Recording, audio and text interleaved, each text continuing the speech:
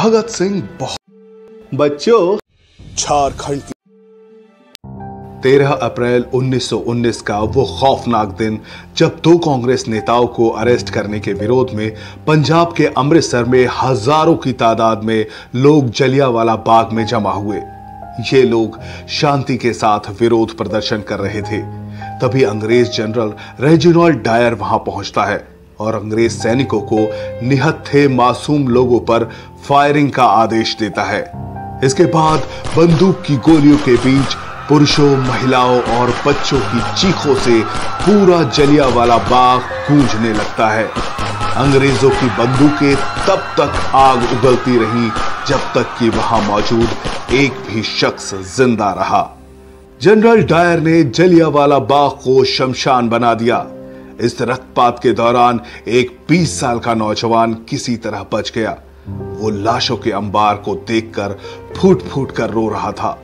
उसने general Dyer और गोली चलाने का आदेश देने वाले पंजाब के गवर्नर जनरल माइकल ओडायर से इस हत्याकांड का बदला लेने की कसम खाई। ये शख्स और कोई नहीं बल्कि महान क्रांतिकारी सरदार ऊधम सिंह थे। सरदार ऊधम सिंह का जन्म 26 दिसंबर 1899 को पंजाब के संगरूर के सुनाम गांव में हुआ था।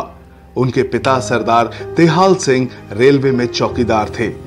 ऊधम सिंह का बचपन का नाम शेर सिंह था। जब ऊधम सिंह 7 साल के थे तो उनकी माता और पिता दोनों ने दुनिया को अलविदा कह दिया। इसके बाद उन्हें अमृतसर के सेंट्रल खालसा अनाथालय भेज दिया गया।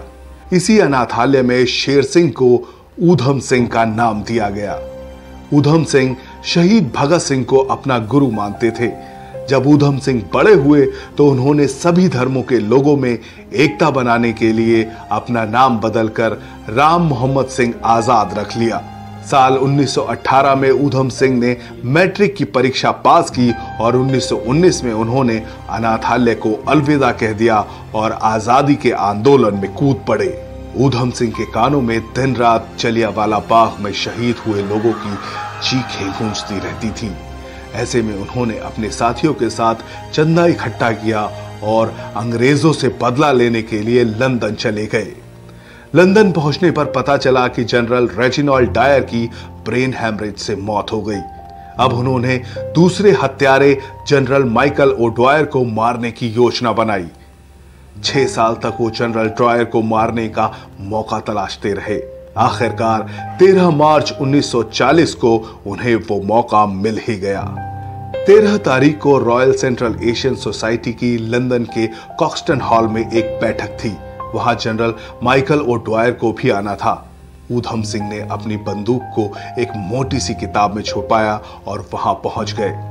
उन्होंने मौका पाते ही जनरल ओडायर पर फायरिंग की। 2 गोलियां लगने से जनरल ओडायर वहीं ढेर हो गया। ऊधम सिंह गिरफ्तार कर लिए गए। लंदन की अदालत में उनके ऊपर जनरल डायर की हत्या करने का मुकदमा चला। 4 जून 1940 को ऊधम सिंह को जनरल माइकल ओडायर की हत्या का दोषी माना गया।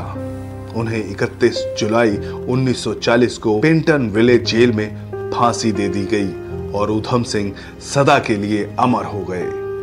हद तो तब हो गई जब जालिम अंग्रेजों ने ऊधम सिंह की अंतिम रस्मों को भी वहां पूरा नहीं होने दिया। आजादी के बाद साल 1974 में ब्रिटेन ने उनके अवशेष भारत को सौंपे और भारत में विधिवत उनका अंतिम संस्कार किया गया।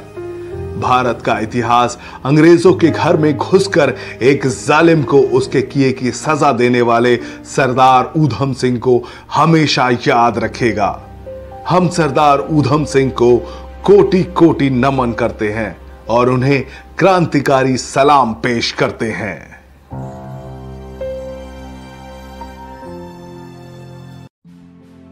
ये कहानी है उस वीरांगना की जिसने साहस, संकल्प और शौर्य से इतिहास के पन्नों में अमर स्थान बनाया।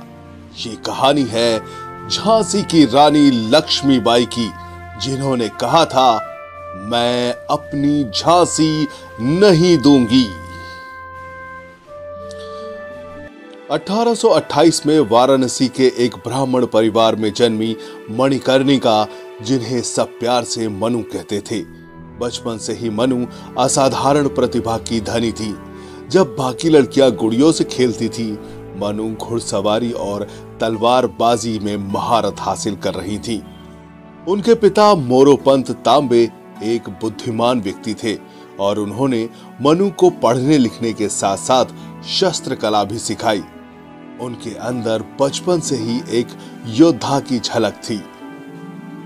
14 साल की उम्र में मणिकर्णिका का विवाह झांसी के राजा गंगाधर राव के साथ हुआ। विवाह के बाद उन्हें लक्ष्मीबाई का नाम दिया गया। झांसी के लोगों ने उन्हें दिल से अपनाया और उन्होंने भी झांसी को अपनी कर्म भूमि बना लिया। 1851 में लक्ष्मीबाई के पुत्र का जन्म हुआ, लेकिन कुछ महीनों बाद ही उनका निधन हो गया। ये झांसी के लिए एक बड़ा आघात था। इसके बाद राजा गंगाधर राव ने एक दत्तक पुत्र आनंद राव को गोद लिया और उसका नाम दामोदर राव रखा। लेकिन दुख यहीं समाप्त नहीं हुआ। 1853 में राजा गंगाधर राव का निधन हो गया। राजा के निधन के बाद ब्रिटिश ईस्ट इंडिया कंपनी ने अपनी डॉक्ट्रिन ऑफ लैप्स नीति लागू कर दी।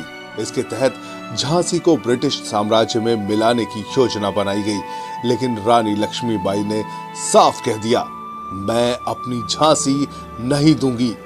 जब तक मेरे शरीर में जान है, मैं अपनी झांसी की रक्षा करूंगी। 1857 का साल पूरे भारत में विद्रोह का साल था। यह पहली स्वतंत्रता संग्राम की शुरुआत थी। रानी लक्ष्मीबाई ने इस क्रांति का नेतृत्व किया। उन्होंने अपनी सेना तैयार की, जिसमें महिलाओं को भी शामिल किया गया। उनकी सेना में झलकारी बाई जैसी वीर महिलाएं थीं। रानी ने खुद मोर्चा संभाला और युद्ध की रणनीति तैयार की। उनके शौर्य और नेतृत्व ने अंग्रेजों को कई बार हार का सामना कराया। 1858 में अंग्रेजों ने झांसी पर हमला किया। सर ह्यू रोज के नेतृत्व में अंग्रेजी सेना ने झांसी को चारों ओर से घेर लिया, लेकिन रानी झांसीबाई ने हार नहीं मानी। उन्होंने बहादुरी से युद्ध लड़ा और झांसी की रक्षा की। जब झांसी का किला टूटने लगा, रानी ने अपने बेटे को पीठ पर बांध लिया और किले से बाहर निकलने का फैसला लिया। वो अपनी सेना के साथ कालपी और ग्वालियर की ओर बढ़ी। 18 जून 1858 को ग्वालियर के पास रानी लक्ष्मीबाई ने अपनी आखिरी लड़ाई लड़ी। वो पुरुषों के वेश में लड़ती रही और अंग्रेजों को कड़ी टक्कर दी, लेकिन आखिरकार वो वीर गति को प्राप्त हुई। रानी लक्ष्मीबाई ने अपने प्राणों की आहुति देकर ये साबित कर दिया कि नारी शक्ति क्या होती है। उनकी मौत ने भारत के स्वतंत्रता संग्राम को नई ऊर्जा दी। रानी लक्ष्मीबाई सिर्फ एक योद्धा नहीं थी, वो एक आदर्श थी। उनकी कहानी हर महिला को ये सिखाती है कि जब हिम्मत और जुनून हो तो असंभव कुछ भी नहीं। आज भी उनकी वीरता हर भारतीय के दिल में जिंदा है। रानी लक्ष्मीबाई का नाम हमेशा गर्व और सम्मान के साथ लिया जाएगा।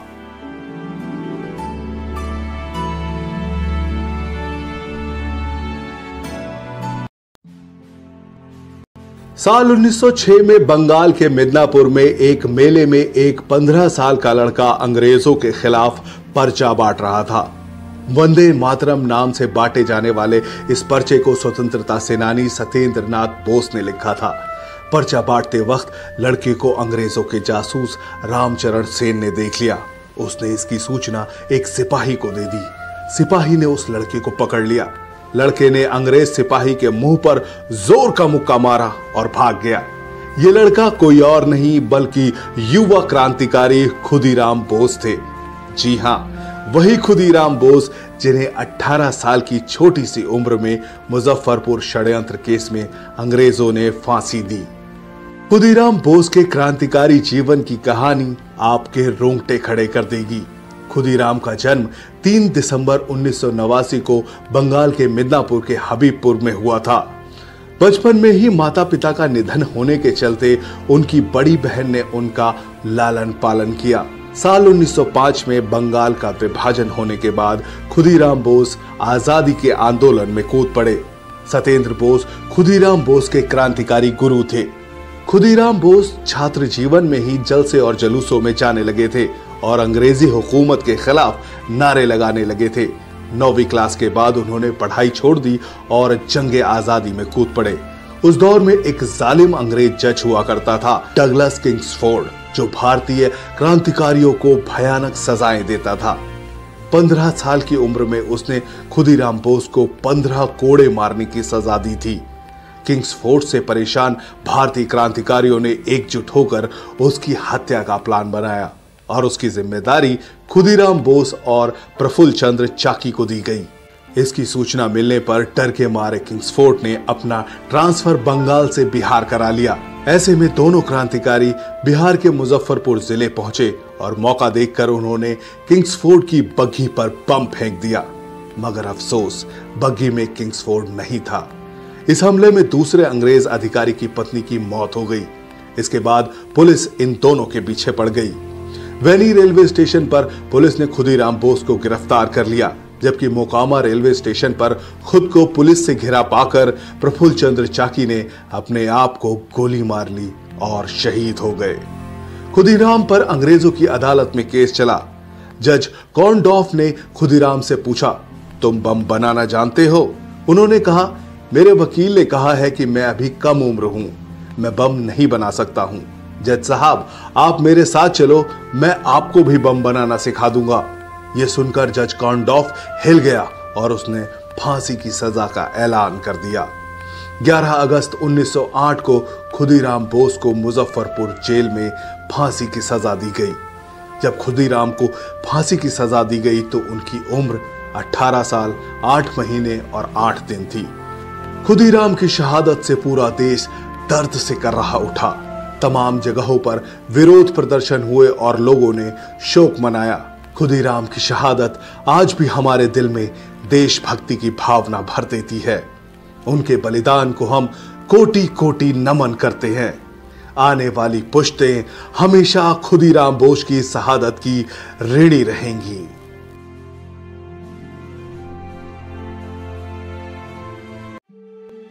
बच्चों, भगत सिंह बहुत बड़े क्रांतिकारी थे। उन्होंने भारत को आजाद कराने के लिए हंसते हंसते अपने प्राणों का बलिदान दिया। कहते हैं कि बचपन से ही भगत सिंह क्रांतिकारी स्वभाव के थे। वो बच्चों से कहते थे कि बड़े होकर अंग्रेजों को मार भगाएंगे और भारत को आजाद कराएंगे। नन्हे भगत सिंह बचपन में बंदूक की खेती किया करते थे। जी हां, बंदूक की खेती। आज हम इससे जुड़ा एक मजेदार किस्सा आपको बताने जा रहे हैं कि आखिर क्या हुआ था जो भगत सिंह बचपन में ही बंदूक की खेती करने लगे। असल में भगत सिंह महान क्रांतिकारी सरदार अजीत सिंह के भतीजे थे। अजीत सिंह ने 1907 में अंग्रेजों के काले कानूनों के खिलाफ पंजाब में पगड़ी संभाल जट्टा आंदोलन किया था। एक दिन अजीत सिंह घर के आंगन में बैठे थे, तभी नन्हे भगत सिंह खेलते खेलते उनके पास पहुंचे। उनके हाथ में अजीत सिंह की पिस्तौल लग गई। नन्हे भगत सिंह ने अपने चाचा से पूछा कि ये क्या है।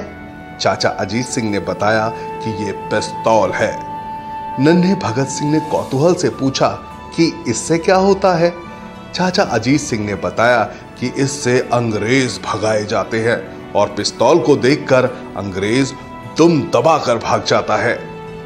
यह बात भगत सिंह के दिमाग में घर कर गई। कुछ दिनों बाद नन्हे भगत सिंह अपने चाचा के साथ खेत में आए हुए थे। उनके चाचा अजीत सिंह खेत में एक आम का पेड़ लगा रहे थे। तब भगत सिंह ने पूछा, चाचा आप ये क्या कर रहे हैं?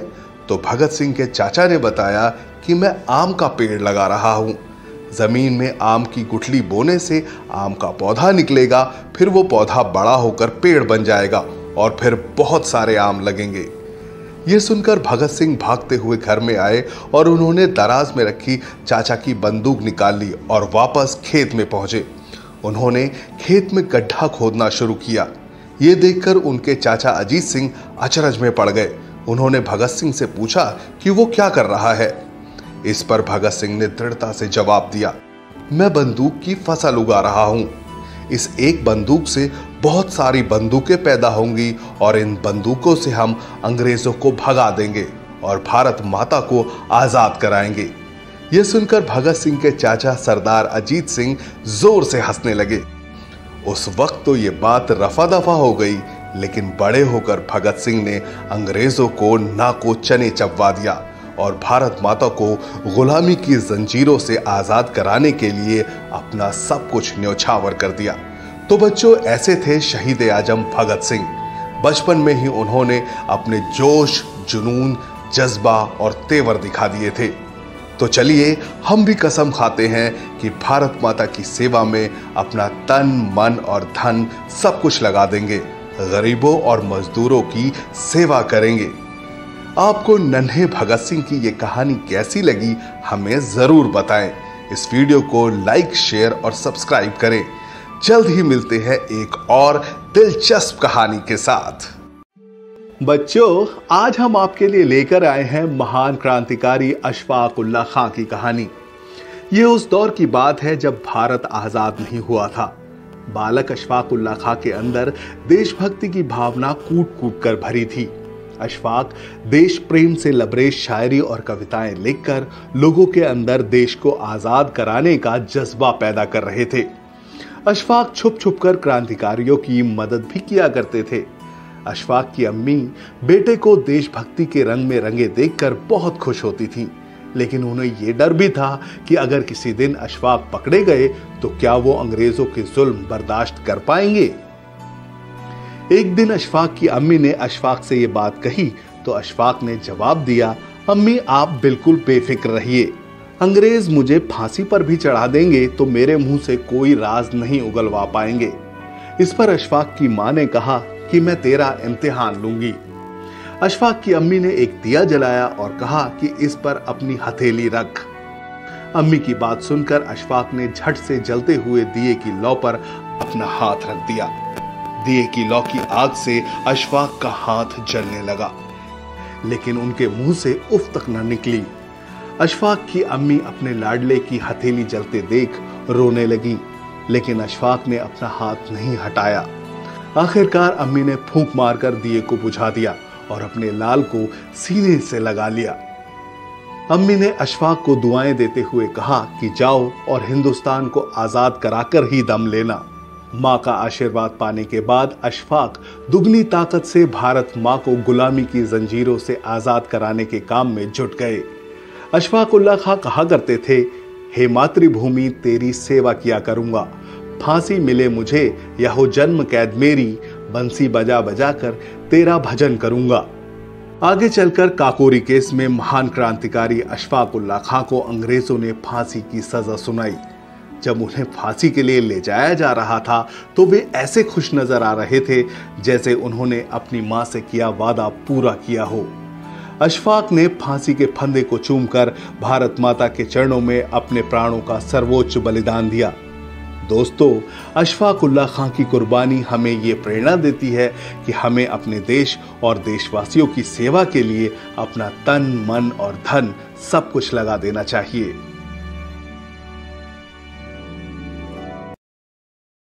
झारखंड की धरती पर एक ऐसा सितारा चमका जिसने अंग्रेजों के अत्याचार के खिलाफ क्रांति की ज्वाला को भड़काया।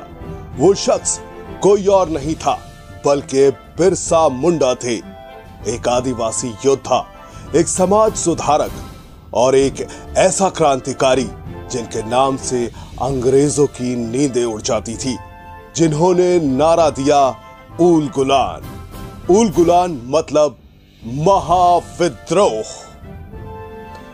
बिरसा मुंडा का जन्म 15 नवंबर 1875 को झारखंड के उलिहातू गांव में हुआ था। बचपन से ही बिरसा ने अपने समाज में फैली कुरीतियों और अंग्रेजों के अत्याचार को देखा। अंग्रेज अपनी कुटिल नीति से आदिवासियों को उनके जल, जंगल, जमीन और प्राकृतिक संसाधनों से बेदखल कर रहे थे। 19वीं शताब्दी के अंत में अंग्रेजों की लागू की गई जमींदारी प्रथा और राजस्व व्यवस्था के खिलाफ बिरसा मुंडा ने जंग छेड़ दी। यह कोई आम विद्रोह नहीं था, यह आदिवासी अस्मिता, स्वायत्तता और संस्कृति को बचाने के लिए महायुद्ध था। पिछले सभी विद्रोहों से सीखते हुए बिरसा मुंडा ने सभी आदिवासियों को संगठित किया और अंग्रेजों के खिलाफ उलगुलान का ऐलान किया। इस दौरान बिरसा मुंडा का ध्यान मुंडा समुदाय की गरीबी की ओर गया। आदिवासियों का जीवन बदहाली और अभावों से भरा हुआ था और इस स्थिति का फायदा मिशनरी उठाते थे। मिशनरी आदिवासियों को ईसाईयत का पाठ पढ़ाते थे। बिरसा मुंडा वैष्णव धर्म की ओर मुड़ गए और आदिवासियों को धर्म एवं संस्कृति से जुड़े रहने के लिए कहते थे और साथ ही मिशनरियों के कुचक्र से बचने की सलाह भी देते थे। धीरे धीरे लोग बिरसा मुंडा की कही बातों पर विश्वास करने लगे और मिशनरियों की बातों को नकारने लगे। इससे बिरसा मुंडा इतने मशहूर हो गए कि लोग उन्हें धरती आबा कहकर पुकारने लगे। अपनी गतिविधियों की वजह से आदिवासी पुनरुत्थान के नायक बिरसा मुंडा अंग्रेजों के साथ साथ अब मिशनरियों की आंखों में भी खटकने लगे थे। अंग्रेजों और मिशनरियों को अपने मकसद में बिरसा मुंडा सबसे बड़े बाधक लगने लगे। आखिरकार 3 फरवरी 1900 को अंग्रेजों ने षड्यंत्र कर बिरसा मुंडा को चक्रधरपुर के जाम को पाए जंगल में गिरफ्तार कर लिया। अंग्रेजों के पास बिरसा मुंडा के खिलाफ कोई सबूत नहीं था। अंग्रेज बिरसा मुंडा के खिलाफ कोई बड़ा केस नहीं बना पाए। ऐसे में उनके जल्द ही छूटने की उम्मीद थी। इस बीच 9 जून 1900 की सुबह उन्हें अचानक उल्टियां होने लगी और वो अचेत होकर जेल में ही गिर पड़े। डॉक्टर ने उनकी नाड़ी देखी तो पता चला कि उनका निधन हो गया था। इतिहासकार मानते हैं कि उन्हें जहर दिया गया था। बिरसा मुंडा की शहादत ने आदिवासियों को एक नई दिशा दी। उनका संघर्ष आज भी प्रेरणा का स्रोत है। बिरसा मुंडा का नाम हमेशा इतिहास के सुनहरे पन्नों में चमकता रहेगा। वो एक सच्चे देशभक्त थे, एक वीर सपूत थे और एक आदिवासी आंदोलन के प्रणेता थे। बिरसा मुंडा हमेशा अमर रहेंगे। जब जब आदिवासी विद्रोह की बात होगी, धरती आबा का नाम पहली पंक्ति में लिया जाएगा।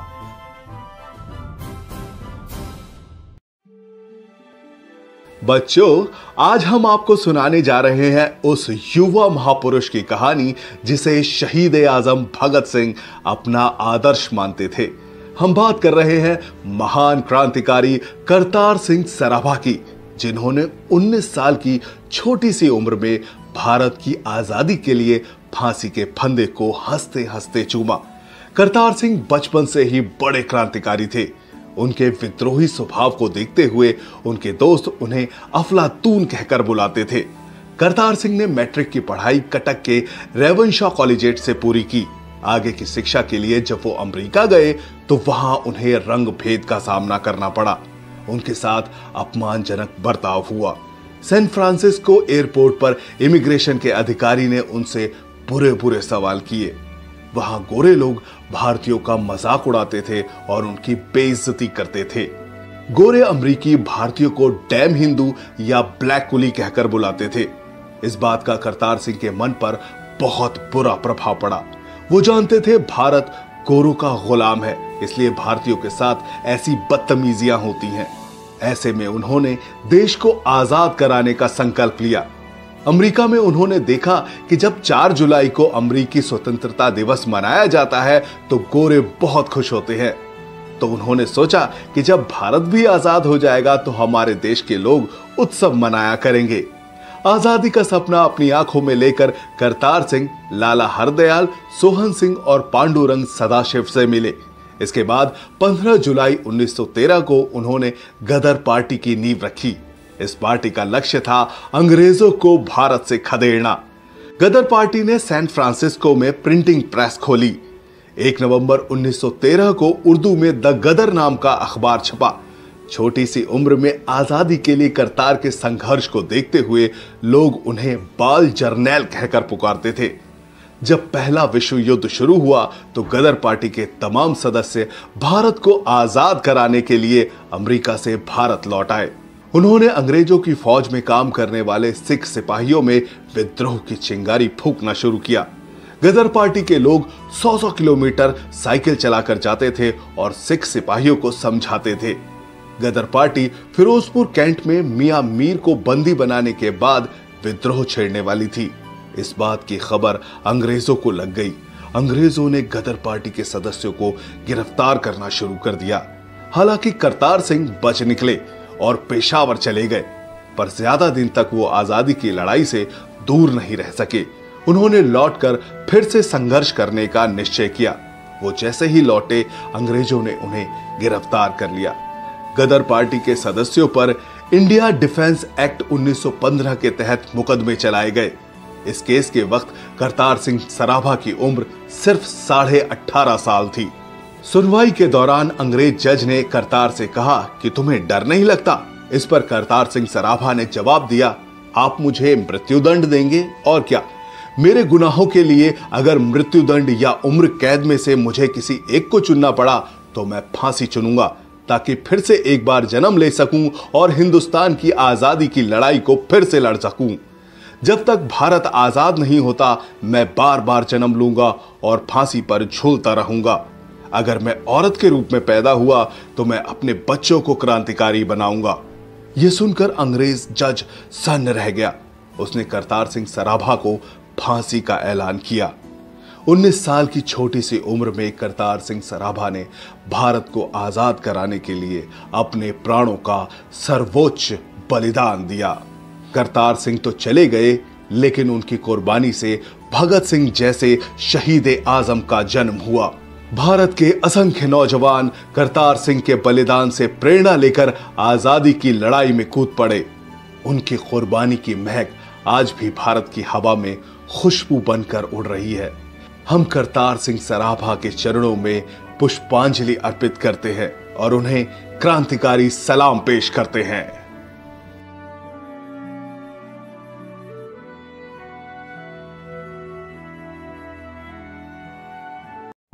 13 अप्रैल 1919 का वो खौफनाक दिन, जब 2 कांग्रेस नेताओं को अरेस्ट करने के विरोध में पंजाब के अमृतसर में हजारों की तादाद में लोग जलियांवाला बाग में जमा हुए।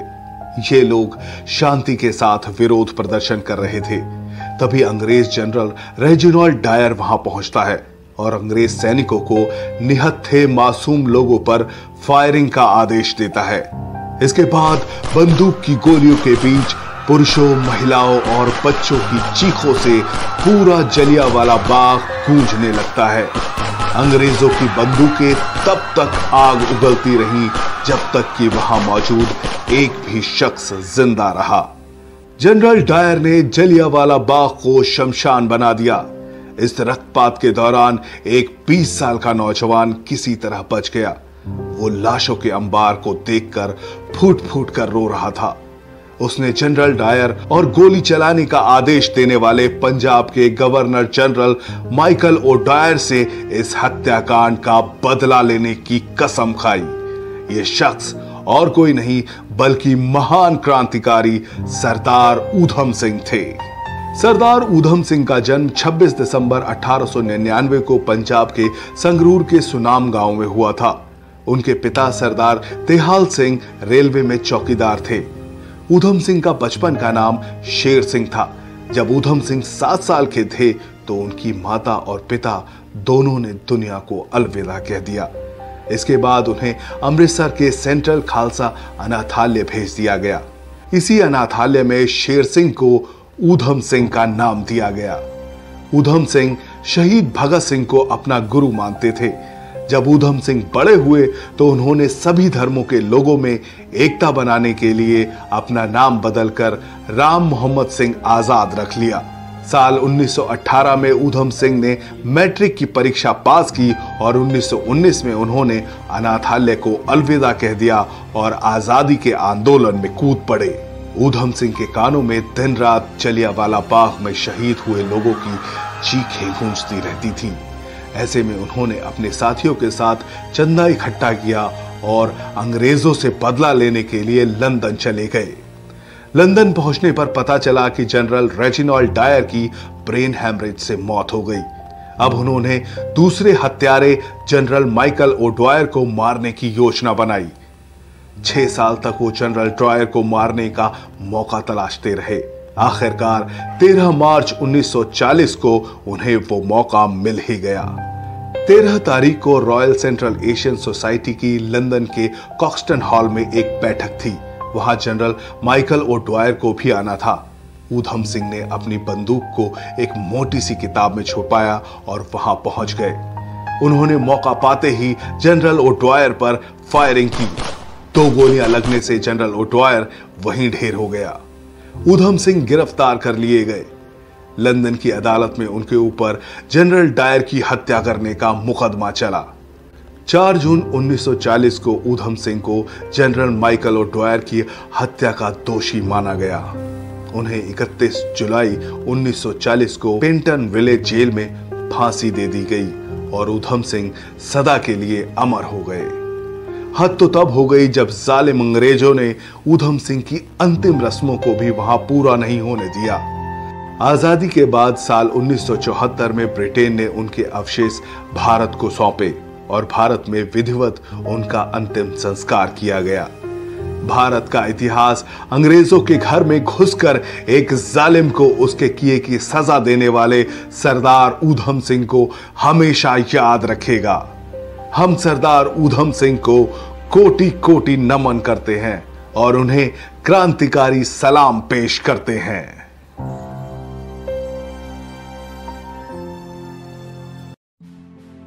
ये कहानी है उस वीरांगना की जिसने साहस, संकल्प और शौर्य से इतिहास के पन्नों में अमर स्थान बनाया। ये कहानी है झांसी की रानी लक्ष्मीबाई की, जिन्होंने कहा था, मैं अपनी झांसी नहीं दूंगी।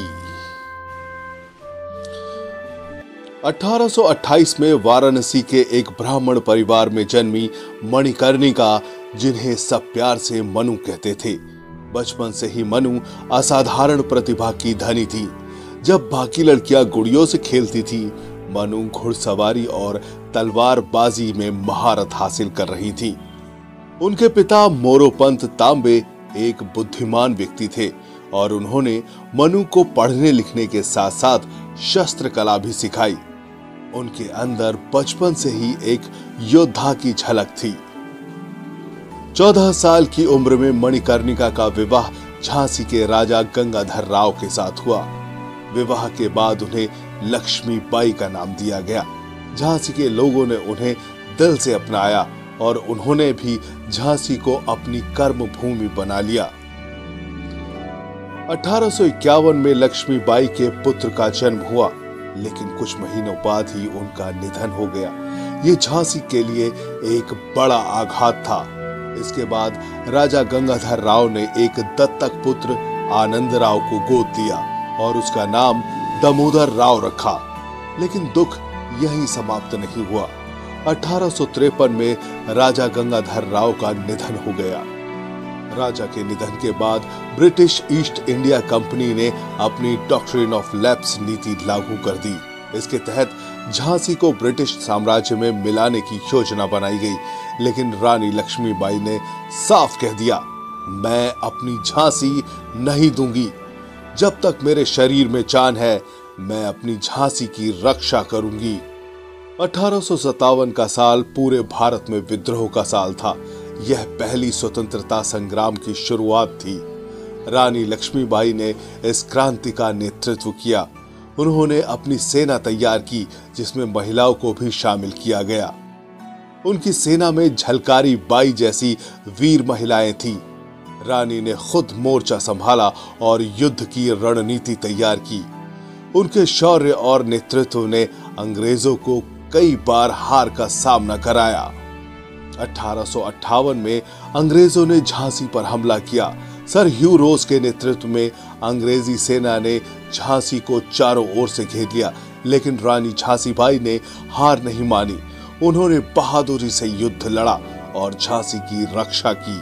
जब झांसी का किला टूटने लगा, रानी ने अपने बेटे को पीठ पर बांध लिया और किले से बाहर निकलने का फैसला लिया।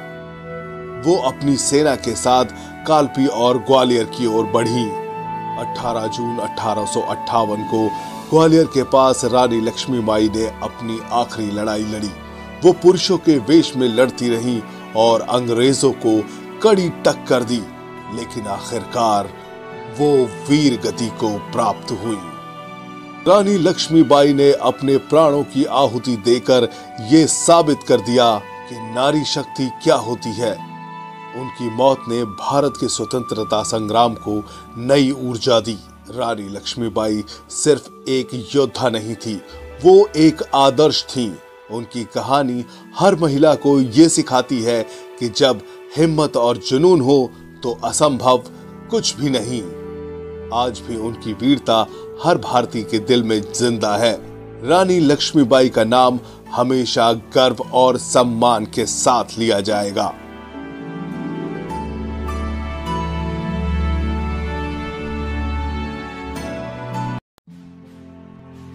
साल 1906 में बंगाल के मिदनापुर में एक मेले में एक 15 साल का लड़का अंग्रेजों के खिलाफ पर्चा बांट रहा था।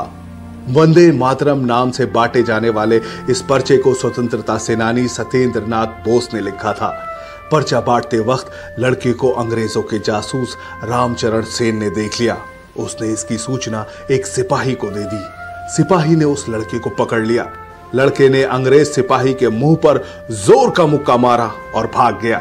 ये लड़का कोई और नहीं बल्कि युवा क्रांतिकारी खुदीराम बोस थे। जी हां, वही खुदीराम बोस जिन्हें 18 साल की छोटी सी उम्र में मुजफ्फरपुर षड्यंत्र केस में अंग्रेजों ने फांसी दी। खुदीराम बोस के क्रांतिकारी जीवन की कहानी आपके रोंगटे खड़े कर देगी। खुदीराम का जन्म 3 दिसंबर 1989 को बंगाल के मिदनापुर के हबीबपुर में हुआ था। बचपन में ही माता पिता का निधन होने के चलते उनकी बड़ी बहन ने उनका लालन पालन किया। साल 1905 में बंगाल का विभाजन होने के बाद खुदीराम बोस आजादी के आंदोलन में कूद पड़े। सत्येंद्र बोस खुदीराम बोस के क्रांतिकारी गुरु थे। खुदीराम बोस छात्र जीवन में ही जलसे और जुलूसों में जाने लगे थे और अंग्रेजी हुकूमत के खिलाफ नारे लगाने लगे थे। 9वीं क्लास के बाद उन्होंने पढ़ाई छोड़ दी और जंगे आजादी में कूद पड़े। उस दौर में एक जालिम अंग्रेज जज हुआ करता था, डगलस किंग्सफोर्ड, जो भारतीय क्रांतिकारियों को भयानक सजाएं देता था। 15 साल की उम्र में उसने खुदीराम बोस को 15 कोड़े मारने की सजा दी थी। किंग्सफोर्ड से परेशान भारतीय क्रांतिकारियों ने एकजुट होकर उसकी हत्या का प्लान बनाया और उसकी जिम्मेदारी खुदीराम बोस और प्रफुल्ल चंद्र चाकी को दी गई। इसकी सूचना मिलने पर डर के मारे किंग्सफोर्ड ने अपना ट्रांसफर बंगाल से बिहार करा लिया। ऐसे में दोनों क्रांतिकारी बिहार के मुजफ्फरपुर जिले पहुंचे और मौका देखकर उन्होंने किंग्सफोर्ड की बग्घी पर बम फेंक दिया। मगर अफसोस, बग्घी में किंग्सफोर्ड नहीं था। इस हमले में दूसरे अंग्रेज अधिकारी की पत्नी की मौत हो गई। इसके बाद पुलिस इन दोनों के पीछे पड़ गई। वैनी रेलवे स्टेशन पर पुलिस ने खुदीराम बोस को गिरफ्तार कर लिया, जबकि मोकामा रेलवे स्टेशन पर खुद को पुलिस से घिरा पाकर प्रफुल्ल चंद्र चाकी ने अपने आप को गोली मार ली और शहीद हो गए। खुदीराम पर अंग्रेजों की अदालत में केस चला। जज कॉर्नडॉफ ने खुदीराम से पूछा, तुम बम बनाना जानते हो? उन्होंने कहा, मेरे वकील ने कहा है कि मैं अभी कम उम्र हूं, मैं बम नहीं बना सकता हूं। जज साहब, आप मेरे साथ चलो, मैं आपको भी बम बनाना सिखा दूंगा।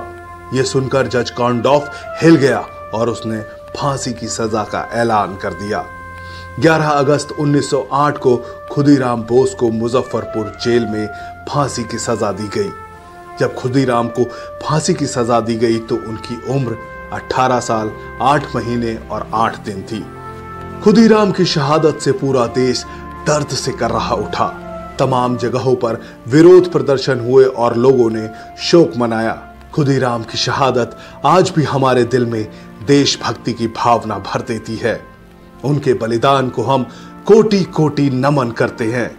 आने वाली पुश्तें हमेशा खुदीराम बोस की शहादत की ऋणी रहेंगी।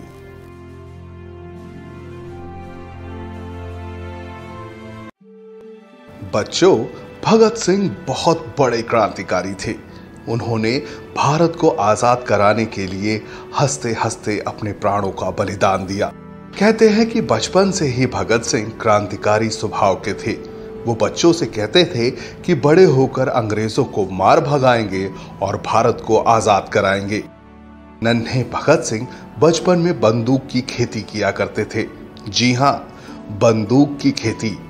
आज हम इससे जुड़ा एक मजेदार किस्सा आपको बताने जा रहे हैं कि आखिर क्या हुआ था जो भगत सिंह बचपन में ही बंदूक की खेती करने लगे। असल में भगत सिंह महान क्रांतिकारी सरदार अजीत सिंह के भतीजे थे। अजीत सिंह ने 1907 में अंग्रेजों के काले कानूनों के खिलाफ पंजाब में पगड़ी संभाल जट्टा आंदोलन किया था। एक दिन अजीत सिंह घर के आंगन में बैठे थे, तभी नन्हे भगत सिंह खेलते खेलते उनके पास पहुंचे। उनके हाथ में अजीत सिंह की पिस्तौल लग गई। नन्हे भगत सिंह ने अपने चाचा से पूछा कि ये क्या है। चाचा अजीत सिंह ने बताया कि ये पिस्तौल है। नन्हे भगत सिंह ने कौतूहल से पूछा कि इससे क्या होता है। चाचा अजीत सिंह ने बताया कि इससे अंग्रेज भगाए जाते हैं और पिस्तौल को देखकर अंग्रेज दुम दबाकर भाग जाता है। यह बात भगत सिंह के दिमाग में घर कर गई। कुछ दिनों बाद नन्हे भगत सिंह अपने चाचा के साथ खेत में आए हुए थे। उनके चाचा अजीत सिंह खेत में एक आम का पेड़ लगा रहे थे। तब भगत सिंह ने पूछा, चाचा आप ये क्या कर रहे हैं? तो भगत सिंह के चाचा ने बताया कि मैं आम का पेड़ लगा रहा हूं। जमीन में आम की गुठली बोने से आम का पौधा निकलेगा, फिर वो पौधा बड़ा होकर पेड़ बन जाएगा और फिर बहुत सारे आम लगेंगे। ये सुनकर भगत सिंह भागते हुए घर में आए और उन्होंने दराज में रखी चाचा की बंदूक निकाल ली और वापस खेत में पहुंचे। उन्होंने खेत में गड्ढा खोदना शुरू किया। ये देखकर उनके चाचा अजीत सिंह अचरज में पड़ गए। उन्होंने भगत सिंह से पूछा कि वो क्या कर रहा है। इस पर भगत सिंह ने दृढ़ता से जवाब दिया, मैं बंदूक की फसल उगा रहा हूं। इस एक बंदूक से बहुत सारी बंदूकें पैदा होंगी और इन बंदूकों से हम अंग्रेजों को भगा देंगे और भारत माता को आजाद कराएंगे। यह सुनकर भगत सिंह के चाचा सरदार अजीत सिंह जोर से हंसने लगे। उस वक्त तो ये बात रफा दफा हो गई, लेकिन बड़े होकर भगत सिंह ने अंग्रेजों को नाको चने चबवा दिया और भारत माता को गुलामी की जंजीरों से आजाद कराने के लिए अपना सब कुछ न्यौछावर कर दिया। तो बच्चों, ऐसे थे शहीद आजम भगत सिंह। बचपन में ही उन्होंने अपने जोश, जुनून, जज्बा और तेवर दिखा दिए थे। तो चलिए हम भी कसम खाते हैं कि भारत माता की सेवा में अपना तन, मन और धन सब कुछ लगा देंगे, गरीबों और मजदूरों की सेवा करेंगे। आपको नन्हे भगत सिंह की ये कहानी कैसी लगी हमें जरूर बताएं। इस वीडियो को लाइक, शेयर और सब्सक्राइब करें। जल्द ही मिलते हैं एक और दिलचस्प कहानी के साथ। बच्चों, आज हम आपके लिए लेकर आए हैं महान क्रांतिकारी अशफाक उल्लाह खां की कहानी। ये उस दौर की बात है जब भारत आजाद नहीं हुआ था। बालक अशफाक उल्लाह खां के अंदर देशभक्ति की भावना कूट कूट कर भरी थी। अशफाक देश प्रेम से लबरेज शायरी और कविताएं लिखकर लोगों के अंदर देश को आजाद कराने का जज्बा पैदा कर रहे थे। अशफाक छुप छुप कर क्रांतिकारियों की मदद भी किया करते थे। अशफाक की अम्मी बेटे को देशभक्ति के रंग में रंगे देखकर बहुत खुश होती थीं, लेकिन उन्हें यह डर भी था कि अगर किसी दिन अशफाक पकड़े गए तो क्या वो अंग्रेजों के जुल्म बर्दाश्त कर पाएंगे। एक दिन अशफाक की अम्मी ने अशफाक से ये बात कही तो अशफाक ने जवाब दिया, अम्मी आप बिल्कुल बेफिक्र रहिए, अंग्रेज मुझे फांसी पर भी चढ़ा देंगे तो मेरे मुंह से कोई राज नहीं उगलवा पाएंगे। इस पर अशफाक की मां ने कहा कि मैं तेरा इम्तिहान लूंगी। अशफाक की अम्मी ने एक दिया जलाया और कहा कि इस पर अपनी हथेली रख। अम्मी की बात सुनकर अशफाक ने झट से जलते हुए दिए की लौ पर अपना हाथ रख दिया। दिए की लौ की आग से अशफाक का हाथ जलने लगा, लेकिन उनके मुंह से उफ तक न निकली। अशफाक की अम्मी अपने लाडले की हथेली जलते देख रोने लगी, लेकिन अशफाक ने अपना हाथ नहीं हटाया। आखिरकार अम्मी ने फूंक मारकर दिए को बुझा दिया और अपने लाल को सीने से लगा लिया। अम्मी ने अशफाक को दुआएं देते हुए कहा कि जाओ और हिंदुस्तान को आजाद कराकर ही दम लेना। मां का आशीर्वाद पाने के बाद अशफाक दुगनी ताकत से भारत मां को गुलामी की जंजीरों से आजाद कराने के काम में जुट गए। अशफाक उल्लाह खां कहा करते थे, हे मातृभूमि तेरी सेवा किया करूंगा, फांसी मिले मुझे या हो जन्म कैद मेरी, बंसी बजा बजा कर तेरा भजन करूंगा। आगे चलकर काकोरी केस में महान क्रांतिकारी अशफाक उल्लाह खां को अंग्रेजों ने फांसी की सजा सुनाई। जब उन्हें फांसी के लिए ले जाया जा रहा था तो वे ऐसे खुश नजर आ रहे थे जैसे उन्होंने अपनी मां से किया वादा पूरा किया हो। अशफाक ने फांसी के फंदे को चूमकर भारत माता के चरणों में अपने प्राणों का सर्वोच्च बलिदान दिया। दोस्तों, अशफाक उल्लाह खां की कुर्बानी हमें ये प्रेरणा देती है कि हमें अपने देश और देशवासियों की सेवा के लिए अपना तन, मन और धन सब कुछ लगा देना चाहिए। झारखंड की धरती पर एक ऐसा सितारा चमका जिसने अंग्रेजों के अत्याचार के खिलाफ क्रांति की ज्वाला को भड़काया। वो शख्स कोई और नहीं था बल्कि बिरसा मुंडा थे, एक आदिवासी योद्धा, एक समाज सुधारक और एक ऐसा क्रांतिकारी जिनके नाम से अंग्रेजों की नींदें उड़ जाती थी, जिन्होंने नारा दिया ऊल गुलान। ऊल गुलान मतलब महाविद्रोह। बिरसा मुंडा का जन्म 15 नवंबर 1875 को झारखंड के उलिहातू गांव में हुआ था। बचपन से ही बिरसा ने अपने समाज में फैली कुरीतियों और अंग्रेजों के अत्याचार को देखा। अंग्रेज अपनी कुटिल नीति से आदिवासियों को उनके जल, जंगल, जमीन और प्राकृतिक संसाधनों से बेदखल कर रहे थे। 19वीं शताब्दी के अंत में अंग्रेजों की लागू की गई जमींदारी प्रथा और राजस्व व्यवस्था के खिलाफ बिरसा मुंडा ने जंग छेड़ दी। यह कोई आम विद्रोह नहीं था, यह आदिवासी अस्मिता, स्वायत्तता और संस्कृति को बचाने के लिए महायुद्ध था। पिछले सभी विद्रोहों से सीखते हुए बिरसा मुंडा ने सभी आदिवासियों को संगठित किया और अंग्रेजों के खिलाफ उल गुलान का ऐलान किया। इस दौरान बिरसा मुंडा का ध्यान मुंडा समुदाय की गरीबी की ओर गया। आदिवासियों का जीवन बदहाली और अभावों से भरा हुआ था और इस स्थिति का फायदा मिशनरी उठाते थे। मिशनरी आदिवासियों को ईसाईयत का पाठ पढ़ाते थे। बिरसा मुंडा वैष्णव धर्म की ओर मुड़ गए और आदिवासियों को धर्म एवं संस्कृति से जुड़े रहने के लिए कहते थे और साथ ही मिशनरियों के कुचक्र से बचने की सलाह भी देते थे। धीरे धीरे लोग बिरसा मुंडा की कही बातों पर विश्वास करने लगे और मिशनरियों की बातों को नकारने लगे। इससे बिरसा मुंडा इतने मशहूर हो गए कि लोग उन्हें धरती आबा कहकर पुकारने लगे। अपनी गतिविधियों की वजह से आदिवासी पुनरुत्थान के नायक बिरसा मुंडा अंग्रेजों के साथ साथ अब मिशनरियों की आंखों में भी खटकने लगे थे। अंग्रेजों और मिशनरियों को अपने मकसद में बिरसा मुंडा सबसे बड़े बाधक लगने लगे। आखिरकार 3 फरवरी 1900 को अंग्रेजों ने षड्यंत्र कर बिरसा मुंडा को चक्रधरपुर के जाम को पाए जंगल में गिरफ्तार कर लिया।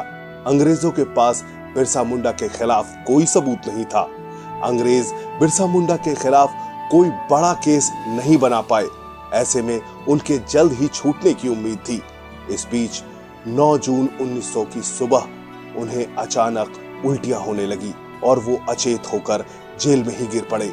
डॉक्टर ने उनकी नाड़ी देखी तो पता चला कि उनका निधन हो गया था।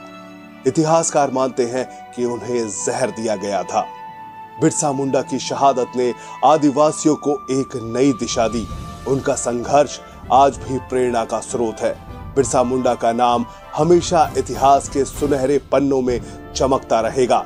वो एक सच्चे देशभक्त थे, एक वीर सपूत थे और एक आदिवासी आंदोलन के प्रणेता थे। बिरसा मुंडा हमेशा अमर रहेंगे। जब जब आदिवासी विद्रोह की बात होगी, धरती आबा का नाम पहली पंक्ति में लिया जाएगा।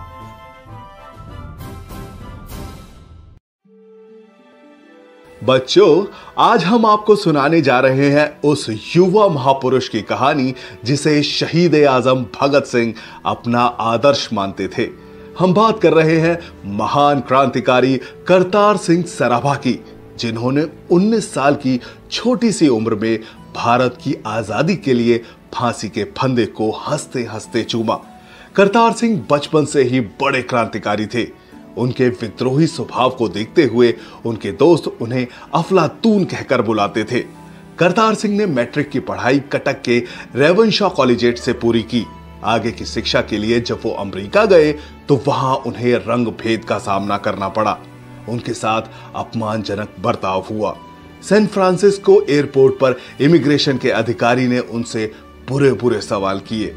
वहां गोरे लोग भारतीयों का मजाक उड़ाते थे और उनकी बेइज्जती करते थे। गोरे अमरीकी भारतीयों को डैम हिंदू या ब्लैक कुली कहकर बुलाते थे। इस बात का करतार सिंह के मन पर बहुत बुरा प्रभाव पड़ा। वो जानते थे भारत गोरों का गुलाम है, इसलिए भारतीयों के साथ ऐसी बदतमीजियां होती हैं। ऐसे में उन्होंने देश को आजाद कराने का संकल्प लिया। अमेरिका में उन्होंने देखा कि जब 4 जुलाई को अमेरिकी स्वतंत्रता दिवस मनाया जाता है तो गोरे बहुत खुश होते हैं। तो उन्होंने सोचा कि जब भारत भी आजाद हो जाएगा तो हमारे देश के लोग उत्सव मनाया करेंगे। आजादी का सपना अपनी आंखों में लेकर करतार सिंह लाला हरदयाल, सोहन सिंह और पांडुरंग सदाशिव से मिले। इसके बाद 15 जुलाई 1913 को उन्होंने गदर पार्टी की नींव रखी। इस पार्टी का लक्ष्य था अंग्रेजों को भारत से खदेड़ना। गदर पार्टी ने सैन फ्रांसिस्को में प्रिंटिंग प्रेस खोली। 1 नवंबर 1913 को उर्दू में द गदर नाम का अखबार छपा। छोटी सी उम्र में आजादी के लिए करतार के संघर्ष को देखते हुए लोग उन्हें बाल जर्नैल कहकर पुकारते थे। जब पहला विश्व युद्ध शुरू हुआ तो गदर पार्टी के तमाम सदस्य भारत को आजाद कराने के लिए अमेरिका से भारत लौट आए। उन्होंने अंग्रेजों की फौज में काम करने वाले सिख सिपाहियों में विद्रोह की चिंगारी फूंकना शुरू किया। गदर पार्टी के लोग 100 किलोमीटर साइकिल चलाकर जाते थे और सिख सिपाहियों को समझाते थे। गदर पार्टी फिरोजपुर कैंट में मियां मीर को बंदी बनाने के बाद विद्रोह छेड़ने वाली थी। इस बात की खबर अंग्रेजों को लग गई। अंग्रेजों ने गदर पार्टी के सदस्यों को गिरफ्तार करना शुरू कर दिया। हालांकि करतार सिंह बच निकले और पेशावर चले गए, पर ज्यादा दिन तक वो आजादी की लड़ाई से दूर नहीं रह सके। उन्होंने लौटकर फिर से संघर्ष करने का निश्चय किया। वो जैसे ही लौटे अंग्रेजों ने उन्हें गिरफ्तार कर लिया। गदर पार्टी के सदस्यों पर इंडिया डिफेंस एक्ट 1915 के तहत मुकदमे चलाए गए। इस केस के वक्त करतार सिंह सराभा की उम्र सिर्फ 18.5 साल थी। सुनवाई के दौरान अंग्रेज जज ने करतार से कहा कि तुम्हें डर नहीं लगता। इस पर करतार सिंह सराभा ने जवाब दिया, आप मुझे मृत्युदंड देंगे और क्या, मेरे गुनाहों के लिए अगर मृत्युदंड या उम्र कैद में से मुझे किसी एक को चुनना पड़ा तो मैं फांसी चुनूंगा, ताकि फिर से एक बार जन्म ले सकूं और हिंदुस्तान की आजादी की लड़ाई को फिर से लड़ सकूं। जब तक भारत आजाद नहीं होता मैं बार बार जन्म लूंगा और फांसी पर झूलता रहूंगा। अगर मैं औरत के रूप में पैदा हुआ तो मैं अपने बच्चों को क्रांतिकारी बनाऊंगा। यह सुनकर अंग्रेज जज सन्न रह गया। उसने करतार सिंह सराभा को फांसी का ऐलान किया। 19 साल की छोटी सी उम्र में करतार सिंह सराभा ने भारत को आजाद कराने के लिए अपने प्राणों का सर्वोच्च बलिदान दिया। करतार सिंह तो चले गए, लेकिन उनकी कुर्बानी से भगत सिंह जैसे शहीद आजम का जन्म हुआ। भारत के असंख्य नौजवान करतार सिंह के बलिदान से प्रेरणा लेकर आजादी की लड़ाई में कूद पड़े। उनकी कुर्बानी की महक आज भी भारत की हवा में खुशबू बनकर उड़ रही है। हम करतार सिंह सराभा के चरणों में पुष्पांजलि अर्पित करते हैं और उन्हें क्रांतिकारी सलाम पेश करते हैं।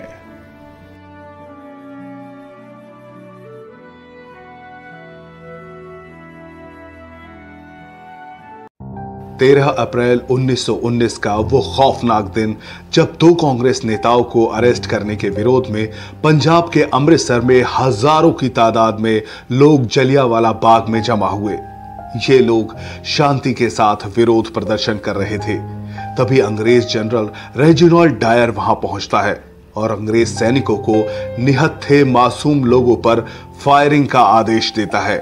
इसके बाद बंदूक की गोलियों के बीच पुरुषों, महिलाओं और बच्चों की चीखों से पूरा जलियांवाला बाग गूंजने लगता है। अंग्रेजों की बंदूकें तब तक आग उगलती रहीं जब तक कि वहां मौजूद एक भी शख्स जिंदा रहा। जनरल डायर ने जलियांवाला बाग को शमशान बना दिया। इस रक्तपात के दौरान एक 20 साल का नौजवान किसी तरह बच गया। वो लाशों के अंबार को देखकर फूट फूट कर रो रहा था। उसने जनरल डायर और गोली चलाने का आदेश देने वाले पंजाब के गवर्नर जनरल माइकल ओडायर से इस हत्याकांड का बदला लेने की कसम खाई। ये शख्स और कोई नहीं बल्कि महान क्रांतिकारी सरदार ऊधम सिंह थे। सरदार ऊधम सिंह का जन्म 26 दिसंबर 1899 को पंजाब के संगरूर के सुनाम गांव में हुआ था। उनके पिता सरदार तेहाल सिंह रेलवे में चौकीदार थे। ऊधम सिंह का बचपन का नाम शेर सिंह था। जब ऊधम सिंह 7 साल के थे तो उनकी माता और पिता दोनों ने दुनिया को अलविदा कह दिया।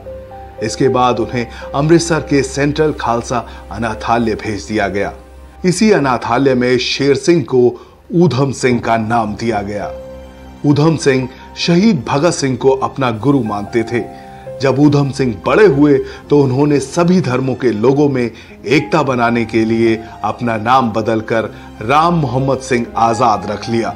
साल 1918 में ऊधम सिंह ने मैट्रिक की परीक्षा पास की और 1919 में उन्होंने अनाथालय को अलविदा कह दिया और आजादी के आंदोलन में कूद पड़े। ऊधम सिंह के कानों में दिन रात जलियांवाला बाग में शहीद हुए लोगों की चीखें गूंजती रहती थी। ऐसे में उन्होंने अपने साथियों के साथ चंदा इकट्ठा किया और अंग्रेजों से बदला लेने के लिए लंदन चले गए। लंदन पहुंचने पर पता चला कि जनरल रेजिनाल्ड डायर की ब्रेन हैमरेज से मौत हो गई। अब उन्होंने दूसरे हत्यारे जनरल माइकल ओडायर को मारने की योजना बनाई। 6 साल तक वो जनरल डायर को मारने का मौका तलाशते रहे। आखिरकार 13 मार्च 1940 को उन्हें वो मौका मिल ही गया।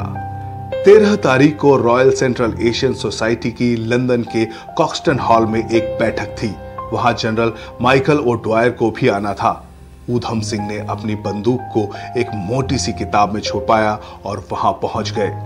उन्होंने मौका पाते ही जनरल ओडायर पर फायरिंग की। 2 गोलियां लगने से जनरल ओडायर वहीं ढेर हो गया। ऊधम सिंह गिरफ्तार कर लिए गए। लंदन की अदालत में उनके ऊपर जनरल डायर की हत्या करने का मुकदमा चला। 4 जून 1940 को ऊधम सिंह को जनरल माइकल ओडायर की हत्या का दोषी माना गया। उन्हें 31 जुलाई 1940 को पेंटन विलेज जेल में फांसी दे दी गई और ऊधम सिंह सदा के लिए अमर हो गए। हद तो तब हो गई जब जालिम अंग्रेजों ने ऊधम सिंह की अंतिम रस्मों को भी वहां पूरा नहीं होने दिया। आजादी के बाद साल 1974 में ब्रिटेन ने उनके अवशेष भारत को सौंपे और भारत में विधिवत उनका अंतिम संस्कार किया गया। भारत का इतिहास अंग्रेजों के घर में घुसकर एक जालिम को उसके किए की सजा देने वाले सरदार ऊधम सिंह को हमेशा याद रखेगा। हम सरदार ऊधम सिंह को कोटि कोटि नमन करते हैं और उन्हें क्रांतिकारी सलाम पेश करते हैं।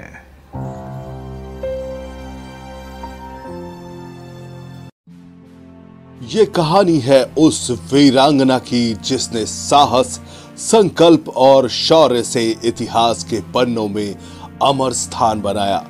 ये कहानी है झांसी की रानी लक्ष्मीबाई की, जिन्होंने कहा था, मैं अपनी झांसी नहीं दूंगी।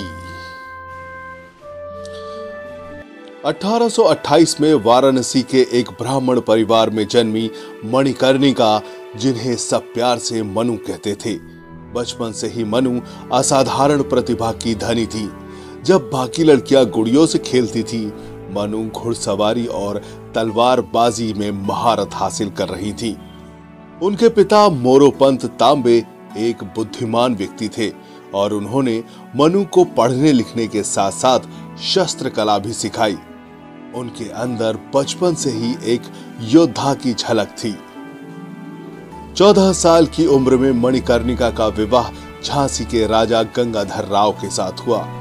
विवाह के बाद उन्हें लक्ष्मीबाई का नाम दिया गया। झांसी के लोगों ने उन्हें दिल से अपनाया और उन्होंने भी झांसी को अपनी कर्म भूमि बना लिया। 1851 में लक्ष्मीबाई के पुत्र का जन्म हुआ, लेकिन कुछ महीनों बाद ही उनका निधन हो गया। ये झांसी के लिए एक बड़ा आघात था। इसके बाद राजा गंगाधर राव ने एक दत्तक पुत्र आनंद राव को गोद दिया और उसका नाम दामोदर राव रखा। लेकिन दुख यहीं समाप्त नहीं हुआ। 1853 में राजा गंगाधर राव का निधन हो गया। राजा के निधन के बाद ब्रिटिश ईस्ट इंडिया कंपनी ने अपनी डॉक्ट्रिन ऑफ लैप्स नीति लागू कर दी। इसके तहत झांसी को ब्रिटिश साम्राज्य में मिलाने की योजना बनाई गई, लेकिन रानी लक्ष्मीबाई ने साफ कह दिया, मैं अपनी झांसी नहीं दूंगी। जब तक मेरे शरीर में जान है, मैं अपनी झांसी की रक्षा करूंगी। 1857 का साल पूरे भारत में विद्रोह का साल था। यह पहली स्वतंत्रता संग्राम की शुरुआत थी। रानी लक्ष्मीबाई ने इस क्रांति का नेतृत्व किया। उन्होंने अपनी सेना तैयार की, जिसमें महिलाओं को भी शामिल किया गया। उनकी सेना में झलकारी बाई जैसी वीर महिलाएं थीं। रानी ने खुद मोर्चा संभाला और युद्ध की रणनीति तैयार की। उनके शौर्य और नेतृत्व ने अंग्रेजों को कई बार हार का सामना कराया। 1858 में अंग्रेजों ने झांसी पर हमला किया। सर ह्यू रोज के नेतृत्व में अंग्रेजी सेना ने झांसी को चारों ओर से घेर लिया, लेकिन रानी झांसी बाई ने हार नहीं मानी। उन्होंने बहादुरी से युद्ध लड़ा और झांसी की रक्षा की। जब झांसी का किला टूटने लगा, रानी ने अपने बेटे को पीठ पर बांध लिया और किले से बाहर निकलने का फैसला लिया। वो अपनी सेना के साथ कालपी और ग्वालियर की ओर बढ़ी। 18 जून 1858 को ग्वालियर के पास रानी लक्ष्मीबाई ने अपनी आखिरी लड़ाई लड़ी। वो पुरुषों के वेश में लड़ती रही और अंग्रेजों को कड़ी टक्कर दी, लेकिन आखिरकार वो वीर गति को प्राप्त हुई। रानी लक्ष्मीबाई ने अपने प्राणों की आहुति देकर ये साबित कर दिया कि नारी शक्ति क्या होती है। उनकी मौत ने भारत के स्वतंत्रता संग्राम को नई ऊर्जा दी। रानी लक्ष्मीबाई सिर्फ एक योद्धा नहीं थी, वो एक आदर्श थी। उनकी कहानी हर महिला को ये सिखाती है कि जब हिम्मत और जुनून हो तो असंभव कुछ भी नहीं। आज भी उनकी वीरता हर भारतीय के दिल में जिंदा है। रानी लक्ष्मीबाई का नाम हमेशा गर्व और सम्मान के साथ लिया जाएगा।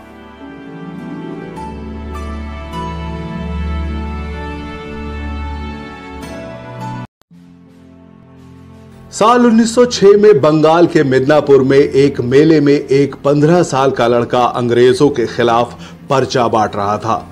वंदे मातरम नाम से बांटे जाने वाले इस पर्चे को स्वतंत्रता सेनानी सत्येंद्र नाथ बोस ने लिखा था। पर्चा बांटते वक्त लड़के को अंग्रेजों के जासूस रामचरण सेन ने देख लिया। उसने इसकी सूचना एक सिपाही को दे दी। सिपाही ने उस लड़के को पकड़ लिया। लड़के ने अंग्रेज सिपाही के मुंह पर जोर का मुक्का मारा और भाग गया। ये लड़का कोई और नहीं बल्कि युवा क्रांतिकारी खुदीराम बोस थे।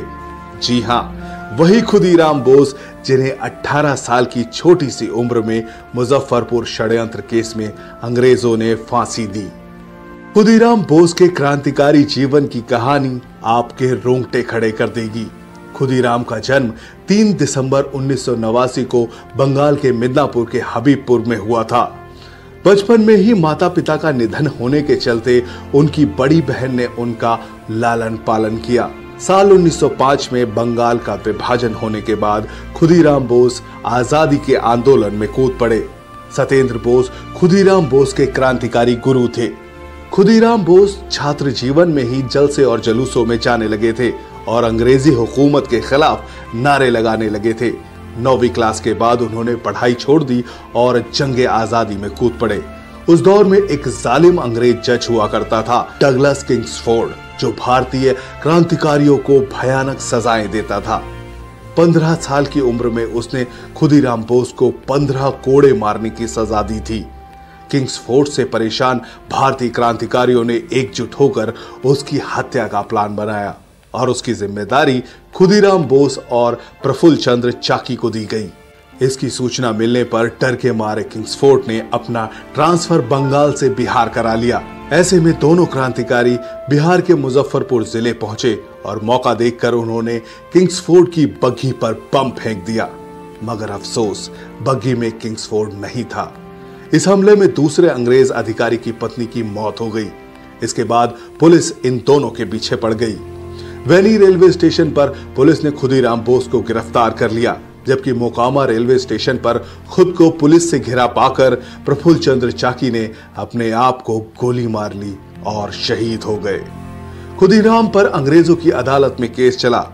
जज कॉर्नडॉफ ने खुदीराम से पूछा, तुम बम बनाना जानते हो?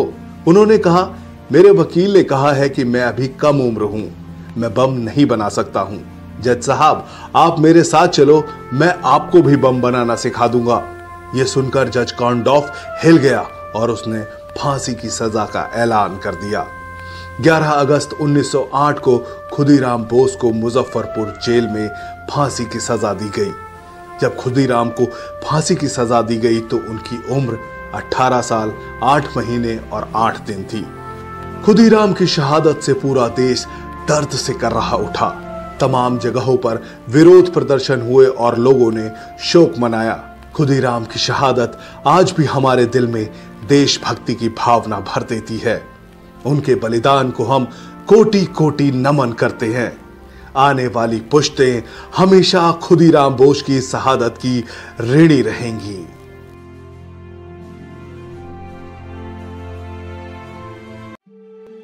बच्चों, भगत सिंह बहुत बड़े क्रांतिकारी थे। उन्होंने भारत को आजाद कराने के लिए हंसते हंसते अपने प्राणों का बलिदान दिया। कहते हैं कि बचपन से ही भगत सिंह क्रांतिकारी स्वभाव के थे। वो बच्चों से कहते थे कि बड़े होकर अंग्रेजों को मार भगाएंगे और भारत को आजाद कराएंगे। नन्हे भगत सिंह बचपन में बंदूक की खेती किया करते थे। जी हां, बंदूक की खेती। आज हम इससे जुड़ा एक मजेदार किस्सा आपको बताने जा रहे हैं कि आखिर क्या हुआ था जो भगत सिंह बचपन में ही बंदूक की खेती करने लगे। असल में भगत सिंह महान क्रांतिकारी सरदार अजीत सिंह के भतीजे थे। अजीत सिंह ने 1907 में अंग्रेजों के काले कानूनों के खिलाफ पंजाब में पगड़ी संभाल जट्टा आंदोलन किया था। एक दिन अजीत सिंह घर के आंगन में बैठे थे, तभी नन्हे भगत सिंह खेलते खेलते उनके पास पहुंचे। उनके हाथ में अजीत सिंह की पिस्तौल लग गई। नन्हे भगत सिंह ने अपने चाचा से पूछा कि ये क्या है? चाचा अजीत सिंह ने बताया कि ये पिस्तौल है। नन्हे भगत सिंह ने कौतूहल से पूछा कि इससे क्या होता है? चाचा अजीत सिंह ने बताया कि इससे अंग्रेज भगाए जाते हैं और पिस्तौल को देखकर अंग्रेज दुम दबाकर भाग जाता है। यह बात भगत सिंह के दिमाग में घर कर गई। कुछ दिनों बाद नन्हे भगत सिंह अपने चाचा के साथ खेत में आए हुए थे। उनके चाचा अजीत सिंह खेत में एक आम का पेड़ लगा रहे थे। तब भगत सिंह ने पूछा, चाचा आप ये क्या कर रहे हैं? तो भगत सिंह के चाचा ने बताया कि मैं आम का पेड़ लगा रहा हूं। जमीन में आम की गुठली बोने से आम का पौधा निकलेगा, फिर वो पौधा बड़ा होकर पेड़ बन जाएगा और फिर बहुत सारे आम लगेंगे। ये सुनकर भगत सिंह भागते हुए घर में आए और उन्होंने दराज में रखी चाचा की बंदूक निकाल ली और वापस खेत में पहुंचे। उन्होंने खेत में गड्ढा खोदना शुरू किया। ये देखकर उनके चाचा अजीत सिंह अचरज में पड़ गए।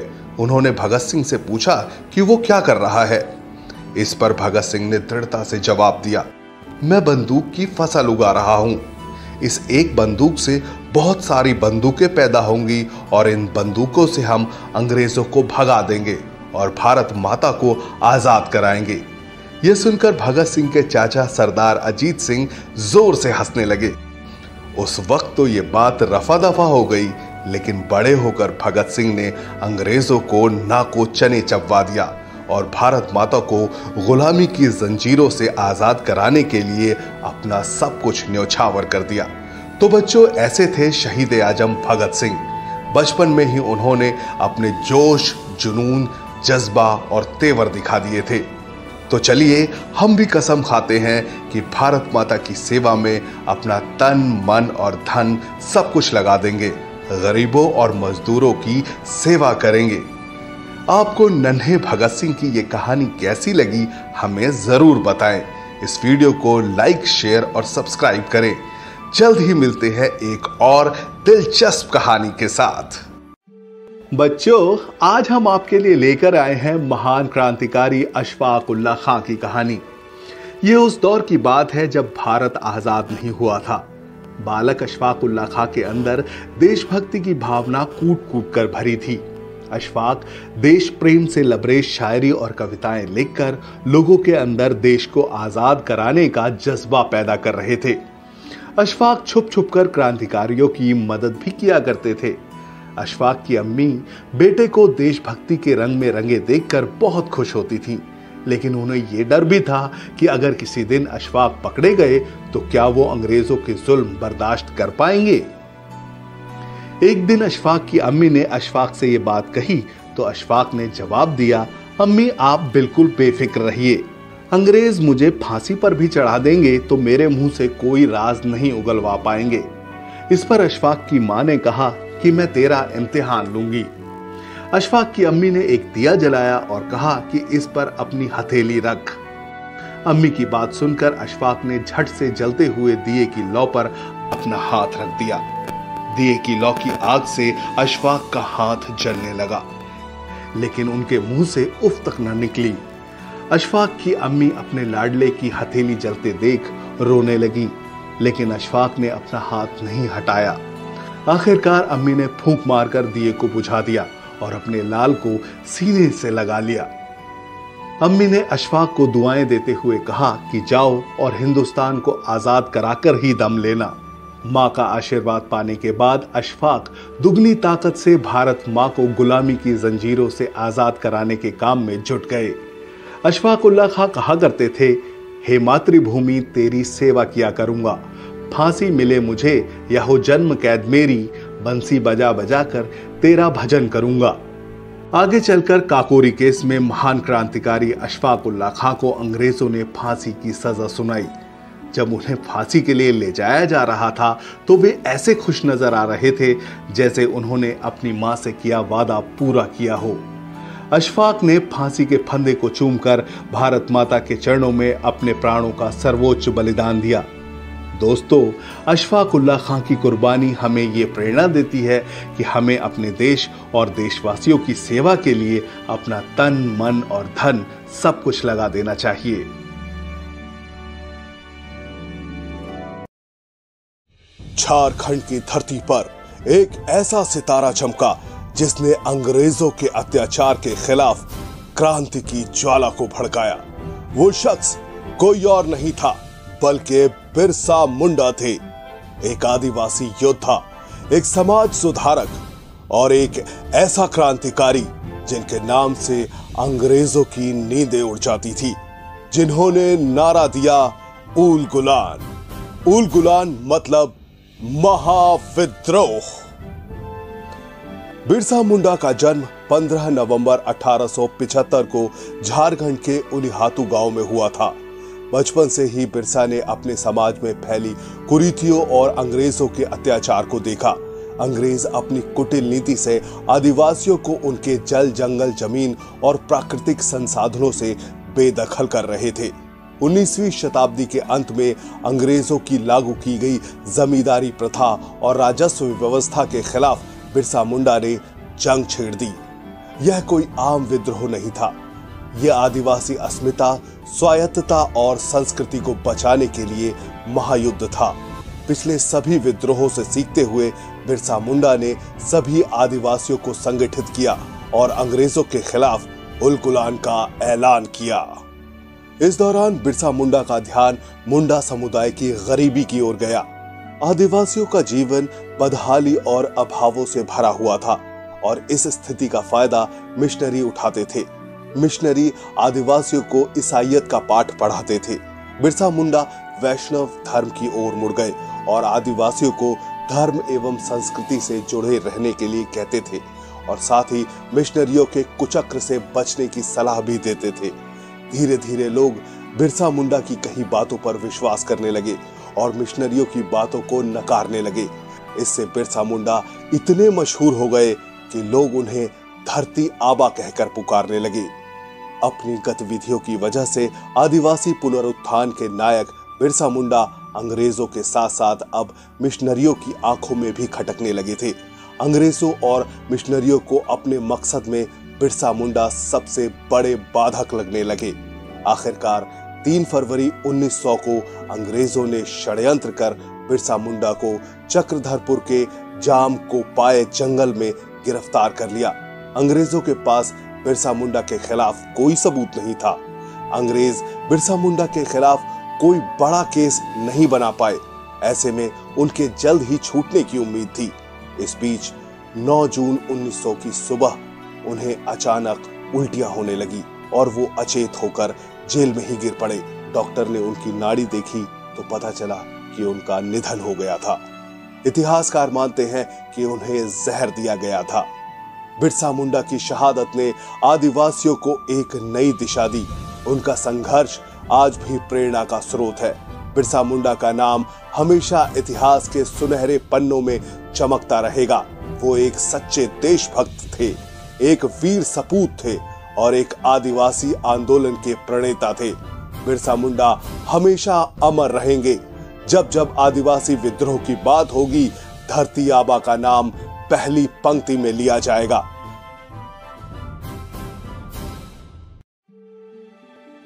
बच्चों, आज हम आपको सुनाने जा रहे हैं उस युवा महापुरुष की कहानी जिसे शहीद आजम भगत सिंह अपना आदर्श मानते थे। हम बात कर रहे हैं महान क्रांतिकारी करतार सिंह सराभा की, जिन्होंने 19 साल की छोटी सी उम्र में भारत की आजादी के लिए फांसी के फंदे को हंसते हंसते चूमा। करतार सिंह बचपन से ही बड़े क्रांतिकारी थे। उनके विद्रोही स्वभाव को देखते हुए उनके दोस्त उन्हें अफलातून कहकर बुलाते थे। करतार सिंह ने मैट्रिक की पढ़ाई कटक के रेवनशॉ कॉलेजिएट से पूरी की। आगे की शिक्षा के लिए जब वो अमेरिका गए तो वहां उन्हें रंग भेद का सामना करना पड़ा। उनके साथ अपमानजनक बर्ताव हुआ। सैन फ्रांसिस्को एयरपोर्ट पर इमिग्रेशन के अधिकारी ने उनसे बुरे बुरे सवाल किए। वहां गोरे लोग भारतीयों का मजाक उड़ाते थे और उनकी बेइज्जती करते थे। गोरे अमरीकी भारतीयों को डैम हिंदू या ब्लैक कुली कहकर बुलाते थे। इस बात का करतार सिंह के मन पर बहुत बुरा प्रभाव पड़ा। वो जानते थे भारत गोरों का गुलाम है, इसलिए भारतीयों के साथ ऐसी बदतमीजियां होती हैं। ऐसे में उन्होंने देश को आजाद कराने का संकल्प लिया। अमेरिका में उन्होंने देखा कि जब 4 जुलाई को अमेरिकी स्वतंत्रता दिवस मनाया जाता है तो गोरे बहुत खुश होते हैं। तो उन्होंने सोचा कि जब भारत भी आजाद हो जाएगा तो हमारे देश के लोग उत्सव मनाया करेंगे। आजादी का सपना अपनी आंखों में लेकर करतार सिंह लाला हरदयाल, सोहन सिंह और पांडुरंग सदाशिव से मिले। इसके बाद 15 जुलाई 1913 को उन्होंने गदर पार्टी की नींव रखी। इस पार्टी का लक्ष्य था अंग्रेजों को भारत से खदेड़ना। गदर पार्टी ने सैन फ्रांसिस्को में प्रिंटिंग प्रेस खोली। 1 नवंबर 1913 को उर्दू में द गदर नाम का अखबार छपा। छोटी सी उम्र में आजादी के लिए करतार के संघर्ष को देखते हुए लोग उन्हें बाल जर्नैल कहकर पुकारते थे। जब पहला विश्व युद्ध शुरू हुआ तो गदर पार्टी के तमाम सदस्य भारत को आजाद कराने के लिए अमेरिका से भारत लौट आए। उन्होंने अंग्रेजों की फौज में काम करने वाले सिख सिपाहियों में विद्रोह की चिंगारी फूंकना शुरू किया। गदर पार्टी के लोग 100 किलोमीटर साइकिल चलाकर जाते थे और सिख सिपाहियों को समझाते थे। गदर पार्टी फिरोजपुर कैंट में मियां मीर को बंदी बनाने के बाद विद्रोह छेड़ने वाली थी। इस बात की खबर अंग्रेजों को लग गई। अंग्रेजों ने गदर पार्टी के सदस्यों को गिरफ्तार करना शुरू कर दिया। हालांकि करतार सिंह बच निकले और पेशावर चले गए, पर ज्यादा दिन तक वो आजादी की लड़ाई से दूर नहीं रह सके। उन्होंने लौटकर फिर से संघर्ष करने का निश्चय किया। वो जैसे ही लौटे अंग्रेजों ने उन्हें गिरफ्तार कर लिया। गदर पार्टी के सदस्यों पर इंडिया डिफेंस एक्ट 1915 के तहत मुकदमे चलाए गए। इस केस के वक्त करतार सिंह सराभा की उम्र सिर्फ 18.5 साल थी। सुनवाई के दौरान अंग्रेज जज ने करतार से कहा कि तुम्हें डर नहीं लगता। इस पर करतार सिंह सराभा ने जवाब दिया, आप मुझे मृत्युदंड देंगे और क्या। मेरे गुनाहों के लिए अगर मृत्युदंड या उम्र कैद में से मुझे किसी एक को चुनना पड़ा तो मैं फांसी चुनूंगा, ताकि फिर से एक बार जन्म ले सकूं और हिंदुस्तान की आजादी की लड़ाई को फिर से लड़ सकूं।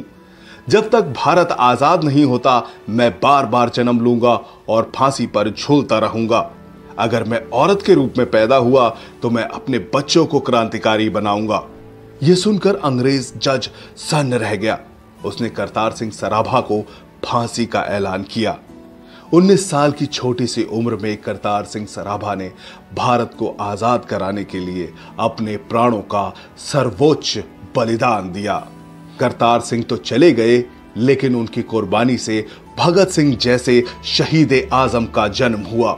भारत के असंख्य नौजवान करतार सिंह के बलिदान से प्रेरणा लेकर आजादी की लड़ाई में कूद पड़े। उनकी कुर्बानी की महक आज भी भारत की हवा में खुशबू बनकर उड़ रही है। हम करतार सिंह सराभा के चरणों में पुष्पांजलि अर्पित करते हैं और उन्हें क्रांतिकारी सलाम पेश करते हैं।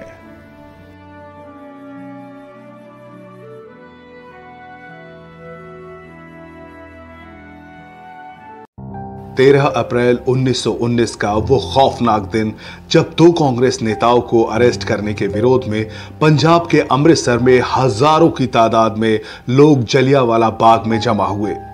ये लोग शांति के साथ विरोध प्रदर्शन कर रहे थे। तभी अंग्रेज जनरल रेजिनाल्ड डायर वहां पहुंचता है और अंग्रेज सैनिकों को निहत्थे मासूम लोगों पर फायरिंग का आदेश देता है। इसके बाद बंदूक की गोलियों के बीच पुरुषों, महिलाओं और बच्चों की चीखों से पूरा जलियांवाला बाग गूंजने लगता है। अंग्रेजों की बंदूकें तब तक आग उगलती रहीं जब तक कि वहां मौजूद एक भी शख्स जिंदा रहा। जनरल डायर ने जलियांवाला बाग को शमशान बना दिया। इस रक्तपात के दौरान एक 20 साल का नौजवान किसी तरह बच गया। वो लाशों के अंबार को देखकर फूट फूट कर रो रहा था। उसने जनरल डायर और गोली चलाने का आदेश देने वाले पंजाब के गवर्नर जनरल माइकल ओडायर से इस हत्याकांड का बदला लेने की कसम खाई। यह शख्स और कोई नहीं बल्कि महान क्रांतिकारी सरदार ऊधम सिंह थे। सरदार ऊधम सिंह का जन्म 26 दिसंबर 1899 को पंजाब के संगरूर के सुनाम गांव में हुआ था। उनके पिता सरदार तेहाल सिंह रेलवे में चौकीदार थे। ऊधम सिंह का बचपन का नाम शेर सिंह था। जब ऊधम सिंह 7 साल के थे तो उनकी माता और पिता दोनों ने दुनिया को अलविदा कह दिया। इसके बाद उन्हें अमृतसर के सेंट्रल खालसा अनाथालय भेज दिया गया। इसी अनाथालय में शेर सिंह को ऊधम सिंह का नाम दिया गया। ऊधम सिंह शहीद भगत सिंह को अपना गुरु मानते थे। जब ऊधम सिंह बड़े हुए तो उन्होंने सभी धर्मों के लोगों में एकता बनाने के लिए अपना नाम बदलकर राम मोहम्मद सिंह आजाद रख लिया।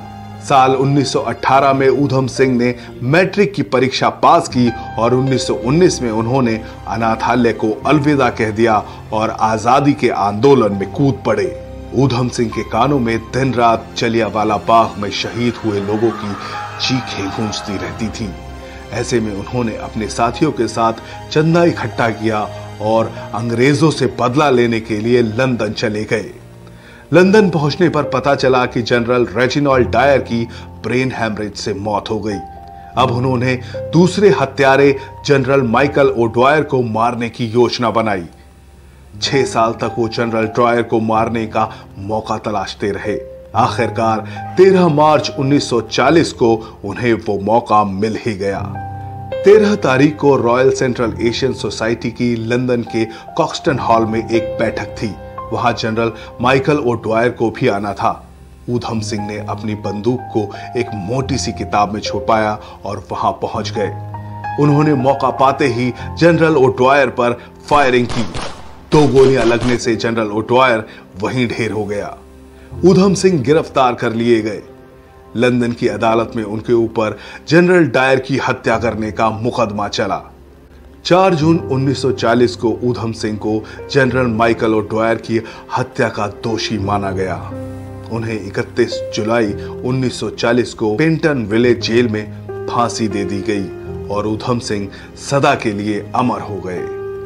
हद तो तब हो गई जब जालिम अंग्रेजों ने ऊधम सिंह की अंतिम रस्मों को भी वहां पूरा नहीं होने दिया। आजादी के बाद साल 1974 में ब्रिटेन ने उनके अवशेष भारत को सौंपे और भारत में विधिवत उनका अंतिम संस्कार किया गया।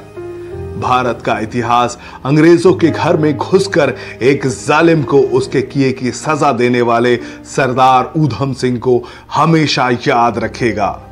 हम सरदार ऊधम सिंह को कोटि कोटि नमन करते हैं और उन्हें क्रांतिकारी सलाम पेश करते हैं।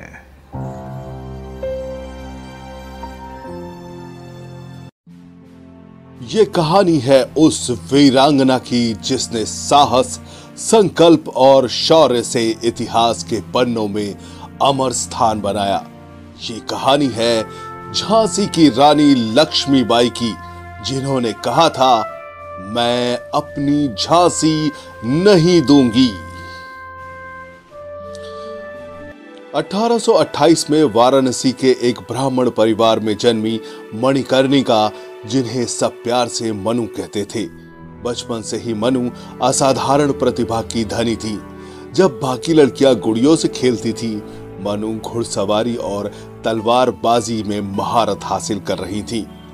उनके पिता मोरोपंत तांबे एक बुद्धिमान व्यक्ति थे और उन्होंने मनु को पढ़ने लिखने के साथ साथ शस्त्र कला भी सिखाई। उनके अंदर बचपन से ही एक योद्धा की झलक थी। 14 साल की उम्र में मणिकर्णिका का विवाह झांसी के राजा गंगाधर राव के साथ हुआ। विवाह के बाद उन्हें लक्ष्मीबाई का नाम दिया गया। झांसी के लोगों ने उन्हें दिल से अपनाया और उन्होंने भी झांसी को अपनी कर्म भूमि बना लिया। 1851 में लक्ष्मीबाई के पुत्र का जन्म हुआ, लेकिन कुछ महीनों बाद ही उनका निधन हो गया। ये झांसी के लिए एक बड़ा आघात था। इसके बाद राजा गंगाधर राव ने एक दत्तक पुत्र आनंद राव को गोद लिया और उसका नाम दामोदर राव रखा। लेकिन दुख यहीं समाप्त नहीं हुआ। 1853 में राजा गंगाधर राव का निधन हो गया। राजा के निधन के बाद ब्रिटिश ईस्ट इंडिया कंपनी ने अपनी डॉक्ट्रिन ऑफ लैप्स नीति लागू कर दी। इसके तहत झांसी को ब्रिटिश साम्राज्य में मिलाने की योजना बनाई गई, लेकिन रानी लक्ष्मीबाई ने साफ कह दिया, मैं अपनी झांसी नहीं दूंगी। जब तक मेरे शरीर में जान है, मैं अपनी झांसी की रक्षा करूंगी। 1857 का साल पूरे भारत में विद्रोह का साल था। यह पहली स्वतंत्रता संग्राम की शुरुआत थी। रानी लक्ष्मीबाई ने इस क्रांति का नेतृत्व किया। उन्होंने अपनी सेना तैयार की, जिसमें महिलाओं को भी शामिल किया गया। उनकी सेना में झलकारी बाई जैसी वीर महिलाएं थीं। रानी ने खुद मोर्चा संभाला और युद्ध की रणनीति तैयार की। उनके शौर्य और नेतृत्व ने अंग्रेजों को कई बार हार का सामना कराया। 1858 में अंग्रेजों ने झांसी पर हमला किया। सर ह्यू रोज के नेतृत्व में अंग्रेजी सेना ने झांसी को चारों ओर से घेर लिया, लेकिन रानी झांसीबाई ने हार नहीं मानी। उन्होंने बहादुरी से युद्ध लड़ा और झांसी की रक्षा की। जब झांसी का किला टूटने लगा, रानी ने अपने बेटे को पीठ पर बांध लिया और किले से बाहर निकलने का फैसला लिया।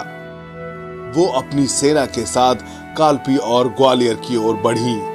18 जून 1858 को ग्वालियर के पास रानी लक्ष्मीबाई ने अपनी आखिरी लड़ाई लड़ी। वो पुरुषों के वेश में लड़ती रही और अंग्रेजों को कड़ी टक्कर दी, लेकिन आखिरकार वो वीर गति को प्राप्त हुई। रानी लक्ष्मीबाई ने अपने प्राणों की आहुति देकर ये साबित कर दिया कि नारी शक्ति क्या होती है। उनकी मौत ने भारत के स्वतंत्रता संग्राम को नई ऊर्जा दी। रानी लक्ष्मीबाई सिर्फ एक योद्धा नहीं थी, वो एक आदर्श थी। उनकी कहानी हर महिला को ये सिखाती है कि जब हिम्मत और जुनून हो तो असंभव कुछ भी नहीं। आज भी उनकी वीरता हर भारतीय के दिल में जिंदा है। रानी लक्ष्मीबाई का नाम हमेशा गर्व और सम्मान के साथ लिया जाएगा।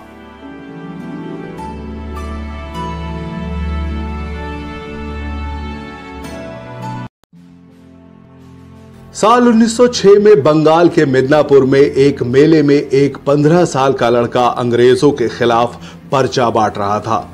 वंदे मातरम नाम से बांटे जाने वाले इस पर्चे को स्वतंत्रता सेनानी सत्येंद्र नाथ बोस ने लिखा था। पर्चा बांटते वक्त लड़के को अंग्रेजों के जासूस रामचरण सेन ने देख लिया। उसने इसकी सूचना एक सिपाही को दे दी। सिपाही ने उस लड़के को पकड़ लिया। लड़के ने अंग्रेज सिपाही के मुंह पर जोर का मुक्का मारा और भाग गया। ये लड़का कोई और नहीं बल्कि युवा क्रांतिकारी खुदीराम बोस थे। जी हां, वही खुदीराम बोस जिन्हें 18 साल की छोटी सी उम्र में मुजफ्फरपुर षड्यंत्र केस में अंग्रेजों ने फांसी दी। खुदीराम बोस के क्रांतिकारी जीवन की कहानी आपके रोंगटे खड़े कर देगी। खुदीराम का जन्म 3 दिसंबर 1989 को बंगाल के मिदनापुर के हबीबपुर में हुआ था। बचपन में ही माता पिता का निधन होने के चलते उनकी बड़ी बहन ने उनका लालन पालन किया। साल 1905 में बंगाल का विभाजन होने के बाद खुदीराम बोस आजादी के आंदोलन में कूद पड़े। सत्येंद्र बोस खुदीराम बोस के क्रांतिकारी गुरु थे। खुदीराम बोस छात्र जीवन में ही जलसे और जुलूसों में जाने लगे थे और अंग्रेजी हुकूमत के खिलाफ नारे लगाने लगे थे। 9वीं क्लास के बाद उन्होंने पढ़ाई छोड़ दी और जंगे आजादी में कूद पड़े।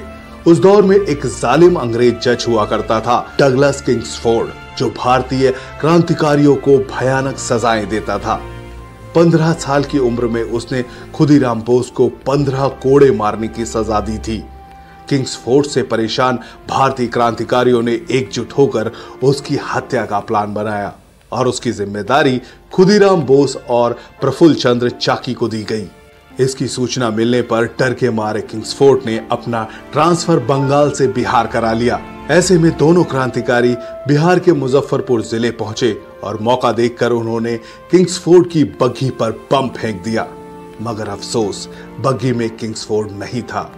इस हमले में दूसरे अंग्रेज अधिकारी की पत्नी की मौत हो गई। इसके बाद पुलिस इन दोनों के पीछे पड़ गई।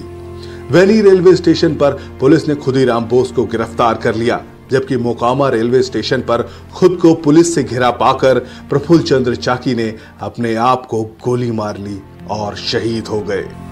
खुदीराम पर अंग्रेजों की अदालत में केस चला।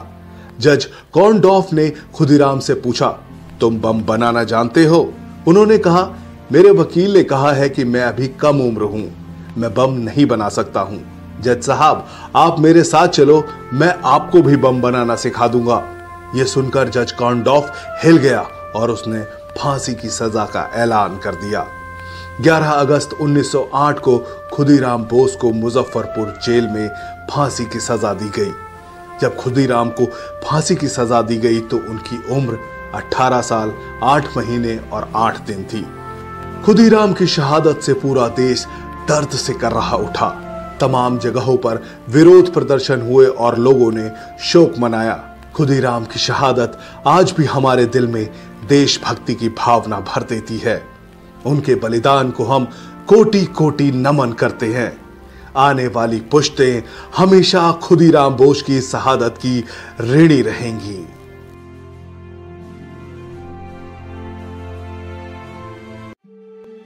बच्चों, भगत सिंह बहुत बड़े क्रांतिकारी थे। उन्होंने भारत को आजाद कराने के लिए हंसते हंसते अपने प्राणों का बलिदान दिया। कहते हैं कि बचपन से ही भगत सिंह क्रांतिकारी स्वभाव के थे। वो बच्चों से कहते थे कि बड़े होकर अंग्रेजों को मार भगाएंगे और भारत को आजाद कराएंगे। नन्हे भगत सिंह बचपन में बंदूक की खेती किया करते थे। जी हां, बंदूक की खेती। आज हम इससे जुड़ा एक मजेदार किस्सा आपको बताने जा रहे हैं कि आखिर क्या हुआ था जो भगत सिंह बचपन में ही बंदूक की खेती करने लगे। असल में भगत सिंह महान क्रांतिकारी सरदार अजीत सिंह के भतीजे थे। अजीत सिंह ने 1907 में अंग्रेजों के काले कानूनों के खिलाफ पंजाब में पगड़ी संभाल जट्टा आंदोलन किया था। एक दिन अजीत सिंह घर के आंगन में बैठे थे, तभी नन्हे भगत सिंह खेलते खेलते उनके पास पहुंचे। उनके हाथ में अजीत सिंह की पिस्तौल लग गई। नन्हे भगत सिंह ने अपने चाचा से पूछा कि ये क्या है। चाचा अजीत सिंह ने बताया कि ये पिस्तौल है। नन्हे भगत सिंह ने कौतूहल से पूछा कि इससे क्या होता है। चाचा अजीत सिंह ने बताया कि इससे अंग्रेज भगाए जाते हैं और पिस्तौल को देखकर अंग्रेज दुम दबाकर भाग जाता है। यह बात भगत सिंह के दिमाग में घर कर गई। कुछ दिनों बाद नन्हे भगत सिंह अपने चाचा के साथ खेत में आए हुए थे। उनके चाचा अजीत सिंह खेत में एक आम का पेड़ लगा रहे थे। तब भगत सिंह ने पूछा, चाचा आप ये क्या कर रहे हैं? तो भगत सिंह के चाचा ने बताया कि मैं आम का पेड़ लगा रहा हूं। जमीन में आम की गुठली बोने से आम का पौधा निकलेगा, फिर वो पौधा बड़ा होकर पेड़ बन जाएगा और फिर बहुत सारे आम लगेंगे। ये सुनकर भगत सिंह भागते हुए घर में आए और उन्होंने दराज में रखी चाचा की बंदूक निकाल ली और वापस खेत में पहुंचे। उन्होंने खेत में गड्ढा खोदना शुरू किया। ये देखकर उनके चाचा अजीत सिंह अचरज में पड़ गए। उन्होंने भगत सिंह से पूछा कि वो क्या कर रहा है। इस पर भगत सिंह ने दृढ़ता से जवाब दिया, मैं बंदूक की फसल उगा रहा हूं। इस एक बंदूक से बहुत सारी बंदूकें पैदा होंगी और इन बंदूकों से हम अंग्रेजों को भगा देंगे और भारत माता को आजाद कराएंगे। यह सुनकर भगत सिंह के चाचा सरदार अजीत सिंह जोर से हंसने लगे। उस वक्त तो ये बात रफा दफा हो गई, लेकिन बड़े होकर भगत सिंह ने अंग्रेजों को नाको चने चबवा दिया और भारत माता को गुलामी की जंजीरों से आजाद कराने के लिए अपना सब कुछ न्यौछावर कर दिया। तो बच्चों, ऐसे थे शहीद आजम भगत सिंह। बचपन में ही उन्होंने अपने जोश, जुनून, जज्बा और तेवर दिखा दिए थे। तो चलिए हम भी कसम खाते हैं कि भारत माता की सेवा में अपना तन, मन और धन सब कुछ लगा देंगे, गरीबों और मजदूरों की सेवा करेंगे। आपको नन्हे भगत सिंह की ये कहानी कैसी लगी हमें जरूर बताएं। इस वीडियो को लाइक, शेयर और सब्सक्राइब करें। जल्द ही मिलते हैं एक और दिलचस्प कहानी के साथ। बच्चों, आज हम आपके लिए लेकर आए हैं महान क्रांतिकारी अशफाक उल्लाह खां की कहानी। ये उस दौर की बात है जब भारत आजाद नहीं हुआ था। बालक अशफाक उल्लाह खां के अंदर देशभक्ति की भावना कूट कूट कर भरी थी। अशफाक देश प्रेम से लबरेज शायरी और कविताएं लिखकर लोगों के अंदर देश को आजाद कराने का जज्बा पैदा कर रहे थे। अशफाक छुप छुप कर क्रांतिकारियों की मदद भी किया करते थे। अशफाक की अम्मी बेटे को देशभक्ति के रंग में रंगे देखकर बहुत खुश होती थीं, लेकिन उन्हें यह डर भी था कि अगर किसी दिन अशफाक पकड़े गए तो क्या वो अंग्रेजों के जुल्म बर्दाश्त कर पाएंगे। एक दिन अशफाक की अम्मी ने अशफाक से ये बात कही तो अशफाक ने जवाब दिया, अम्मी आप बिल्कुल बेफिक्र रहिए, अंग्रेज मुझे फांसी पर भी चढ़ा देंगे तो मेरे मुंह से कोई राज नहीं उगलवा पाएंगे। इस पर अशफाक की मां ने कहा कि मैं तेरा इम्तिहान लूंगी। अशफाक की अम्मी ने एक दिया जलाया और कहा कि इस पर अपनी हथेली रख। अम्मी की बात सुनकर अशफाक ने झट से जलते हुए दिए की लौ पर अपना हाथ रख दिया। दिए की लौ की आग से अशफाक का हाथ जलने लगा, लेकिन उनके मुंह से उफ तक न निकली। अशफाक की अम्मी अपने लाडले की हथेली जलते देख रोने लगी, लेकिन अशफाक ने अपना हाथ नहीं हटाया। आखिरकार अम्मी ने फूंक मारकर दिए को बुझा दिया और अपने लाल को सीने से लगा लिया। अम्मी ने अशफाक को दुआएं देते हुए कहा कि जाओ और हिंदुस्तान को आजाद कराकर ही दम लेना। मां का आशीर्वाद पाने के बाद अशफाक दुगनी ताकत से भारत मां को गुलामी की जंजीरों से आजाद कराने के काम में जुट गए। अशफाक उल्लाह खां कहा करते थे, हे मातृभूमि तेरी सेवा किया करूंगा, फांसी मिले मुझे या हो जन्म कैद मेरी, बंसी बजा बजा कर तेरा भजन करूंगा। आगे चलकर काकोरी केस में महान क्रांतिकारी अशफाक उल्लाह खां को अंग्रेजों ने फांसी की सजा सुनाई। जब उन्हें फांसी के लिए ले जाया जा रहा था तो वे ऐसे खुश नजर आ रहे थे जैसे उन्होंने अपनी मां से किया वादा पूरा किया हो। अशफाक ने फांसी के फंदे को चूमकर भारत माता के चरणों में अपने प्राणों का सर्वोच्च बलिदान दिया। दोस्तों, अशफाक उल्लाह खां की कुर्बानी हमें ये प्रेरणा देती है कि हमें अपने देश और देशवासियों की सेवा के लिए अपना तन, मन और धन सब कुछ लगा देना चाहिए। झारखंड की धरती पर एक ऐसा सितारा चमका जिसने अंग्रेजों के अत्याचार के खिलाफ क्रांति की ज्वाला को भड़काया। वो शख्स कोई और नहीं था बल्कि बिरसा मुंडा थे, एक आदिवासी योद्धा, एक समाज सुधारक और एक ऐसा क्रांतिकारी जिनके नाम से अंग्रेजों की नींदें उड़ जाती थी, जिन्होंने नारा दिया ऊल गुलान। ऊल गुलान मतलब महाविद्रोह। बिरसा मुंडा का जन्म 15 नवंबर 1875 को झारखंड के उलिहातू गांव में हुआ था। बचपन से ही बिरसा ने अपने समाज में फैली कुरीतियों और अंग्रेजों के अत्याचार को देखा।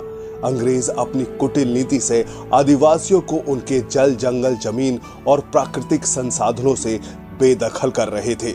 19वीं शताब्दी के अंत में अंग्रेजों की लागू की गई जमींदारी प्रथा और राजस्व व्यवस्था के खिलाफ बिरसा मुंडा ने जंग छेड़ दी। यह कोई आम विद्रोह नहीं था। यह आदिवासी अस्मिता, स्वायत्तता और संस्कृति को बचाने के लिए महायुद्ध था। पिछले सभी विद्रोहों से सीखते हुए बिरसा मुंडा ने सभी आदिवासियों को संगठित किया और अंग्रेजों के खिलाफ उल गुलान का ऐलान किया। इस दौरान बिरसा मुंडा का ध्यान मुंडा समुदाय की गरीबी की ओर गया। आदिवासियों का जीवन बदहाली और अभावों से भरा हुआ था और इस स्थिति का फायदा मिशनरी उठाते थे। मिशनरी आदिवासियों को ईसाईयत का पाठ पढ़ाते थे। बिरसा मुंडा वैष्णव धर्म की ओर मुड़ गए और आदिवासियों को धर्म एवं संस्कृति से जुड़े रहने के लिए कहते थे और साथ ही मिशनरियों के कुचक्र से बचने की सलाह भी देते थे। धीरे धीरे लोग बिरसा मुंडा की कही बातों पर विश्वास करने लगे और मिशनरियों की बातों को नकारने लगे। इससे बिरसा मुंडा इतने मशहूर हो गए कि लोग उन्हें धरती आबा कहकर पुकारने लगे। अपनी गतिविधियों की वजह से आदिवासी पुनरुत्थान के नायक बिरसा मुंडा अंग्रेजों के साथ साथ अब मिशनरियों की आंखों में भी खटकने लगे थे। अंग्रेजों और मिशनरियों को अपने मकसद में बिरसा मुंडा सबसे बड़े बाधक लगने लगे। आखिरकार 3 फरवरी 1900 को अंग्रेजों ने षड्यंत्र कर बिरसा मुंडा को चक्रधरपुर के जाम को पाए जंगल में गिरफ्तार कर लिया। अंग्रेजों के पास बिरसा मुंडा के खिलाफ कोई सबूत नहीं था। अंग्रेज बिरसा मुंडा के खिलाफ कोई बड़ा केस नहीं बना पाए। ऐसे में उनके जल्द ही छूटने की उम्मीद थी। इस बीच 9 जून 1900 की सुबह उन्हें अचानक उल्टियां होने लगी और वो अचेत होकर जेल में ही गिर पड़े। डॉक्टर ने उनकी नाड़ी देखी तो पता चला कि उनका निधन हो गया था। इतिहासकार मानते हैं कि उन्हें जहर दिया गया था। बिरसा मुंडा की शहादत ने आदिवासियों को एक नई दिशा दी। उनका संघर्ष आज भी प्रेरणा का स्रोत है। बिरसा मुंडा का नाम हमेशा इतिहास के सुनहरे पन्नों में चमकता रहेगा। वो एक सच्चे देशभक्त थे, एक वीर सपूत थे और एक आदिवासी आंदोलन के प्रणेता थे। बिरसा मुंडा हमेशा अमर रहेंगे। जब जब आदिवासी विद्रोह की बात होगी, धरती आबा का नाम पहली पंक्ति में लिया जाएगा।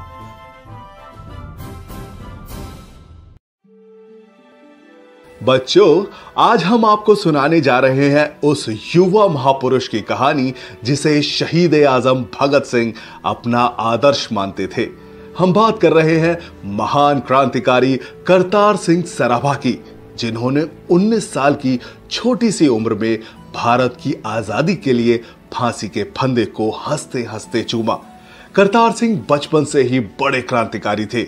उनके विद्रोही स्वभाव को देखते हुए उनके दोस्त उन्हें अफलातून कहकर बुलाते थे। करतार सिंह ने मैट्रिक की पढ़ाई कटक के रेवनशॉ कॉलेजिएट से पूरी की।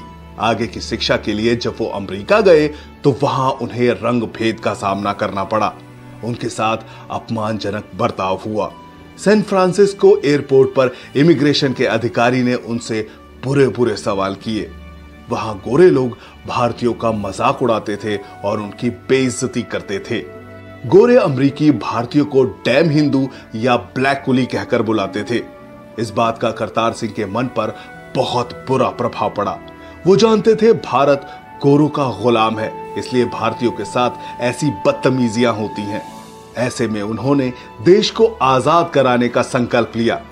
अमेरिका में उन्होंने देखा कि जब 4 जुलाई को अमेरिकी स्वतंत्रता दिवस मनाया जाता है तो गोरे बहुत खुश होते हैं।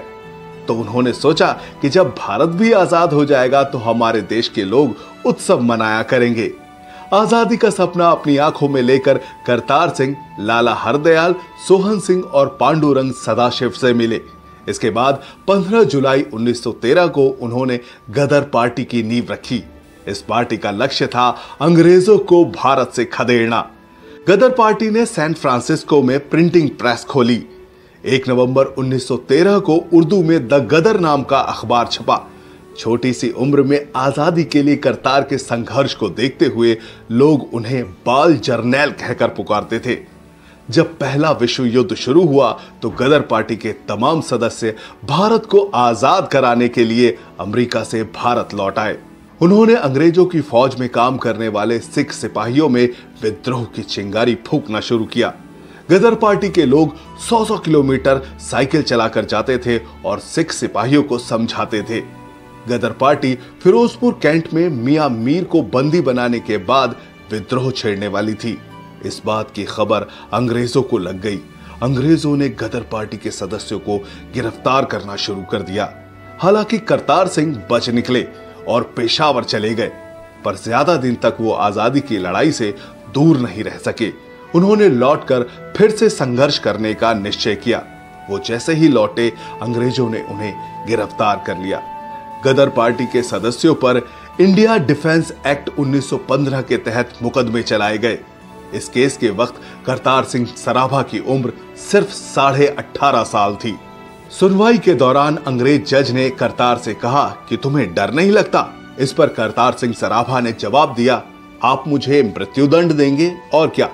मेरे गुनाहों के लिए अगर मृत्युदंड या उम्र कैद में से मुझे किसी एक को चुनना पड़ा तो मैं फांसी चुनूंगा, ताकि फिर से एक बार जन्म ले सकूं और हिंदुस्तान की आजादी की लड़ाई को फिर से लड़ सकूं।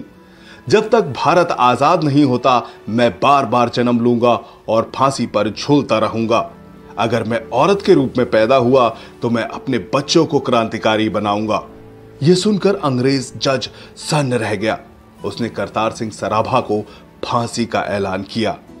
19 साल की छोटी सी उम्र में करतार सिंह सराभा ने भारत को आजाद कराने के लिए अपने प्राणों का सर्वोच्च बलिदान दिया। करतार सिंह तो चले गए, लेकिन उनकी कुर्बानी से भगत सिंह जैसे शहीद आजम का जन्म हुआ। भारत के असंख्य नौजवान करतार सिंह के बलिदान से प्रेरणा लेकर आजादी की लड़ाई में कूद पड़े। उनकी कुर्बानी की महक आज भी भारत की हवा में खुशबू बनकर उड़ रही है। हम करतार सिंह सराभा के चरणों में पुष्पांजलि अर्पित करते हैं और उन्हें क्रांतिकारी सलाम पेश करते हैं।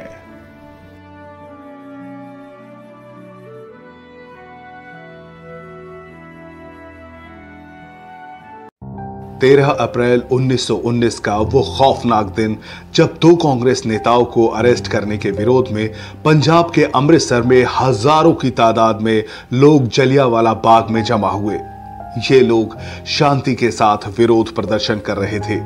तभी अंग्रेज जनरल रेजिनाल्ड डायर वहां पहुंचता है और अंग्रेज सैनिकों को निहत्थे मासूम लोगों पर फायरिंग का आदेश देता है। इसके बाद बंदूक की गोलियों के बीच पुरुषों, महिलाओं और बच्चों की चीखों से पूरा जलियांवाला बाग गूंजने लगता है। अंग्रेजों की बंदूकें तब तक आग उगलती रहीं जब तक कि वहां मौजूद एक भी शख्स जिंदा रहा। जनरल डायर ने जलियांवाला बाग को शमशान बना दिया। इस रक्तपात के दौरान एक 20 साल का नौजवान किसी तरह बच गया।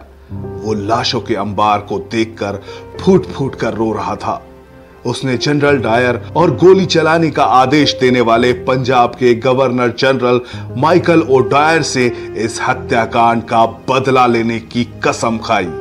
ये शख्स और कोई नहीं बल्कि महान क्रांतिकारी सरदार ऊधम सिंह थे।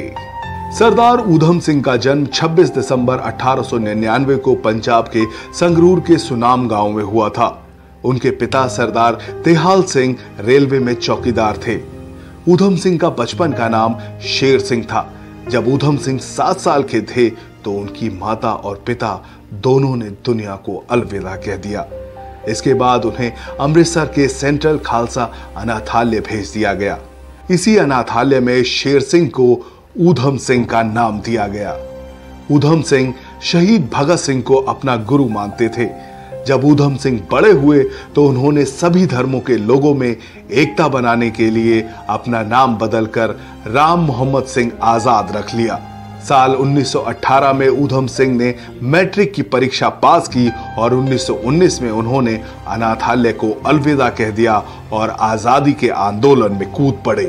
ऊधम सिंह के कानों में दिन रात जलियांवाला बाग में शहीद हुए लोगों की चीखें गूंजती रहती थीं। ऐसे में उन्होंने अपने साथियों के साथ चंदा इकट्ठा किया और अंग्रेजों से बदला लेने के लिए लंदन चले गए। लंदन पहुंचने पर पता चला कि जनरल रेजिनाल्ड डायर की ब्रेन हैमरेज से मौत हो गई। अब उन्होंने दूसरे हत्यारे जनरल माइकल ओड्वायर को मारने की योजना बनाई।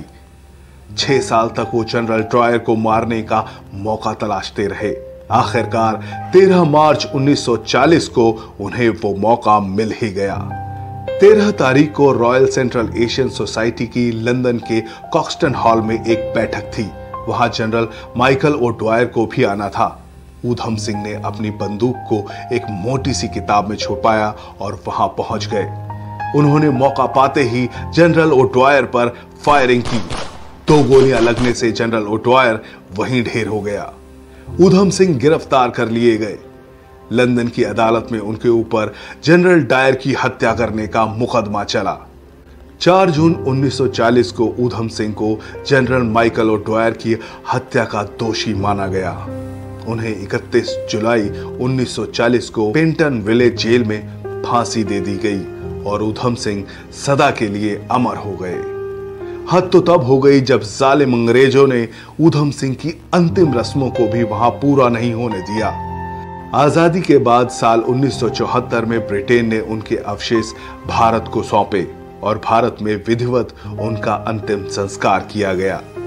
भारत का इतिहास अंग्रेजों के घर में घुसकर एक जालिम को उसके किए की सजा देने वाले सरदार ऊधम सिंह को हमेशा याद रखेगा। हम सरदार ऊधम सिंह को कोटि कोटि नमन करते हैं और उन्हें क्रांतिकारी सलाम पेश करते हैं।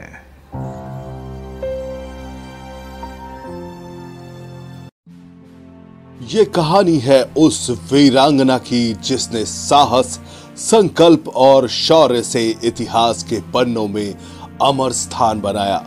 ये कहानी है झांसी की रानी लक्ष्मीबाई की, जिन्होंने कहा था, मैं अपनी झांसी नहीं दूंगी। 1828 में वाराणसी के एक ब्राह्मण परिवार में जन्मी मणिकर्णिका, जिन्हें सब प्यार से मनु कहते थे। बचपन से ही मनु असाधारण प्रतिभा की धनी थी। जब बाकी लड़कियां गुड़ियों से खेलती थी, मनु घुड़सवारी और तलवारबाजी में महारत हासिल कर रही थी। उनके पिता मोरोपंत तांबे एक बुद्धिमान व्यक्ति थे और उन्होंने मनु को पढ़ने लिखने के साथ साथ शस्त्र कला भी सिखाई। उनके अंदर बचपन से ही एक योद्धा की झलक थी। 14 साल की उम्र में मणिकर्णिका का विवाह झांसी के राजा गंगाधर राव के साथ हुआ। विवाह के बाद उन्हें लक्ष्मीबाई का नाम दिया गया। झांसी के लोगों ने उन्हें दिल से अपनाया और उन्होंने भी झांसी को अपनी कर्म भूमि बना लिया। 1851 में लक्ष्मीबाई के पुत्र का जन्म हुआ, लेकिन कुछ महीनों बाद ही उनका निधन हो गया। ये झांसी के लिए एक बड़ा आघात था। इसके बाद राजा गंगाधर राव ने एक दत्तक पुत्र आनंद राव को गोद लिया और उसका नाम दामोदर राव रखा। लेकिन दुख यहीं समाप्त नहीं हुआ। 1853 में राजा गंगाधर राव का निधन हो गया। राजा के निधन के बाद ब्रिटिश ईस्ट इंडिया कंपनी ने अपनी डॉक्ट्रिन ऑफ लैप्स नीति लागू कर दी।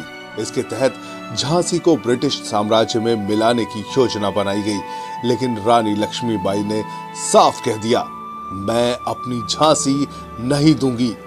जब तक मेरे शरीर में जान है, मैं अपनी झांसी की रक्षा करूंगी। 1857 का साल पूरे भारत में विद्रोह का साल था। यह पहली स्वतंत्रता संग्राम की शुरुआत थी।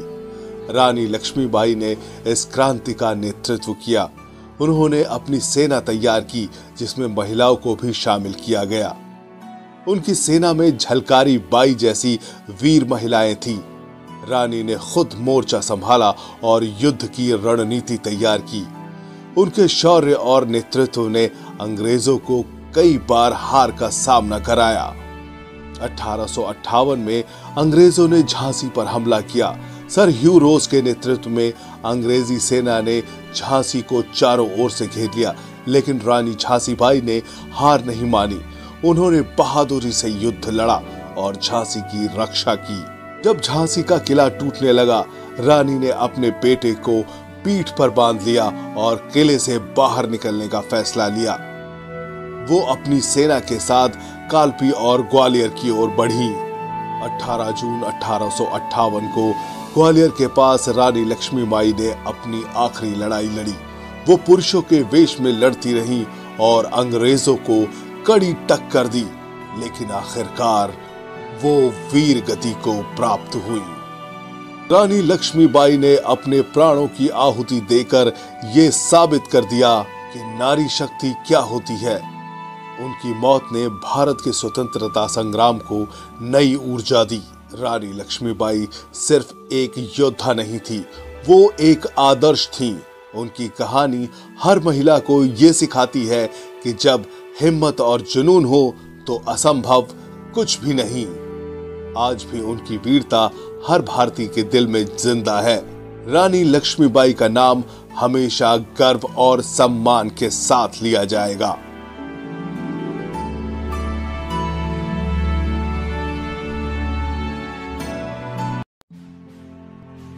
साल 1906 में बंगाल के मिदनापुर में एक मेले में एक 15 साल का लड़का अंग्रेजों के खिलाफ पर्चा बांट रहा था। वंदे मातरम नाम से बांटे जाने वाले इस पर्चे को स्वतंत्रता सेनानी सत्येंद्र नाथ बोस ने लिखा था। पर्चा बांटते वक्त लड़के को अंग्रेजों के जासूस रामचरण सेन ने देख लिया। उसने इसकी सूचना एक सिपाही को दे दी। सिपाही ने उस लड़के को पकड़ लिया। लड़के ने अंग्रेज सिपाही के मुंह पर जोर का मुक्का मारा और भाग गया। ये लड़का कोई और नहीं बल्कि युवा क्रांतिकारी खुदीराम बोस थे। जी हां, वही खुदीराम बोस जिन्हें 18 साल की छोटी सी उम्र में मुजफ्फरपुर षड्यंत्र केस में अंग्रेजों ने फांसी दी। खुदीराम बोस के क्रांतिकारी जीवन की कहानी आपके रोंगटे खड़े कर देगी। खुदीराम का जन्म 3 दिसंबर 1989 को बंगाल के मिदनापुर के हबीबपुर में हुआ था। बचपन में ही माता पिता का निधन होने के चलते उनकी बड़ी बहन ने उनका लालन पालन किया। साल 1905 में बंगाल का विभाजन होने के बाद खुदीराम बोस आजादी के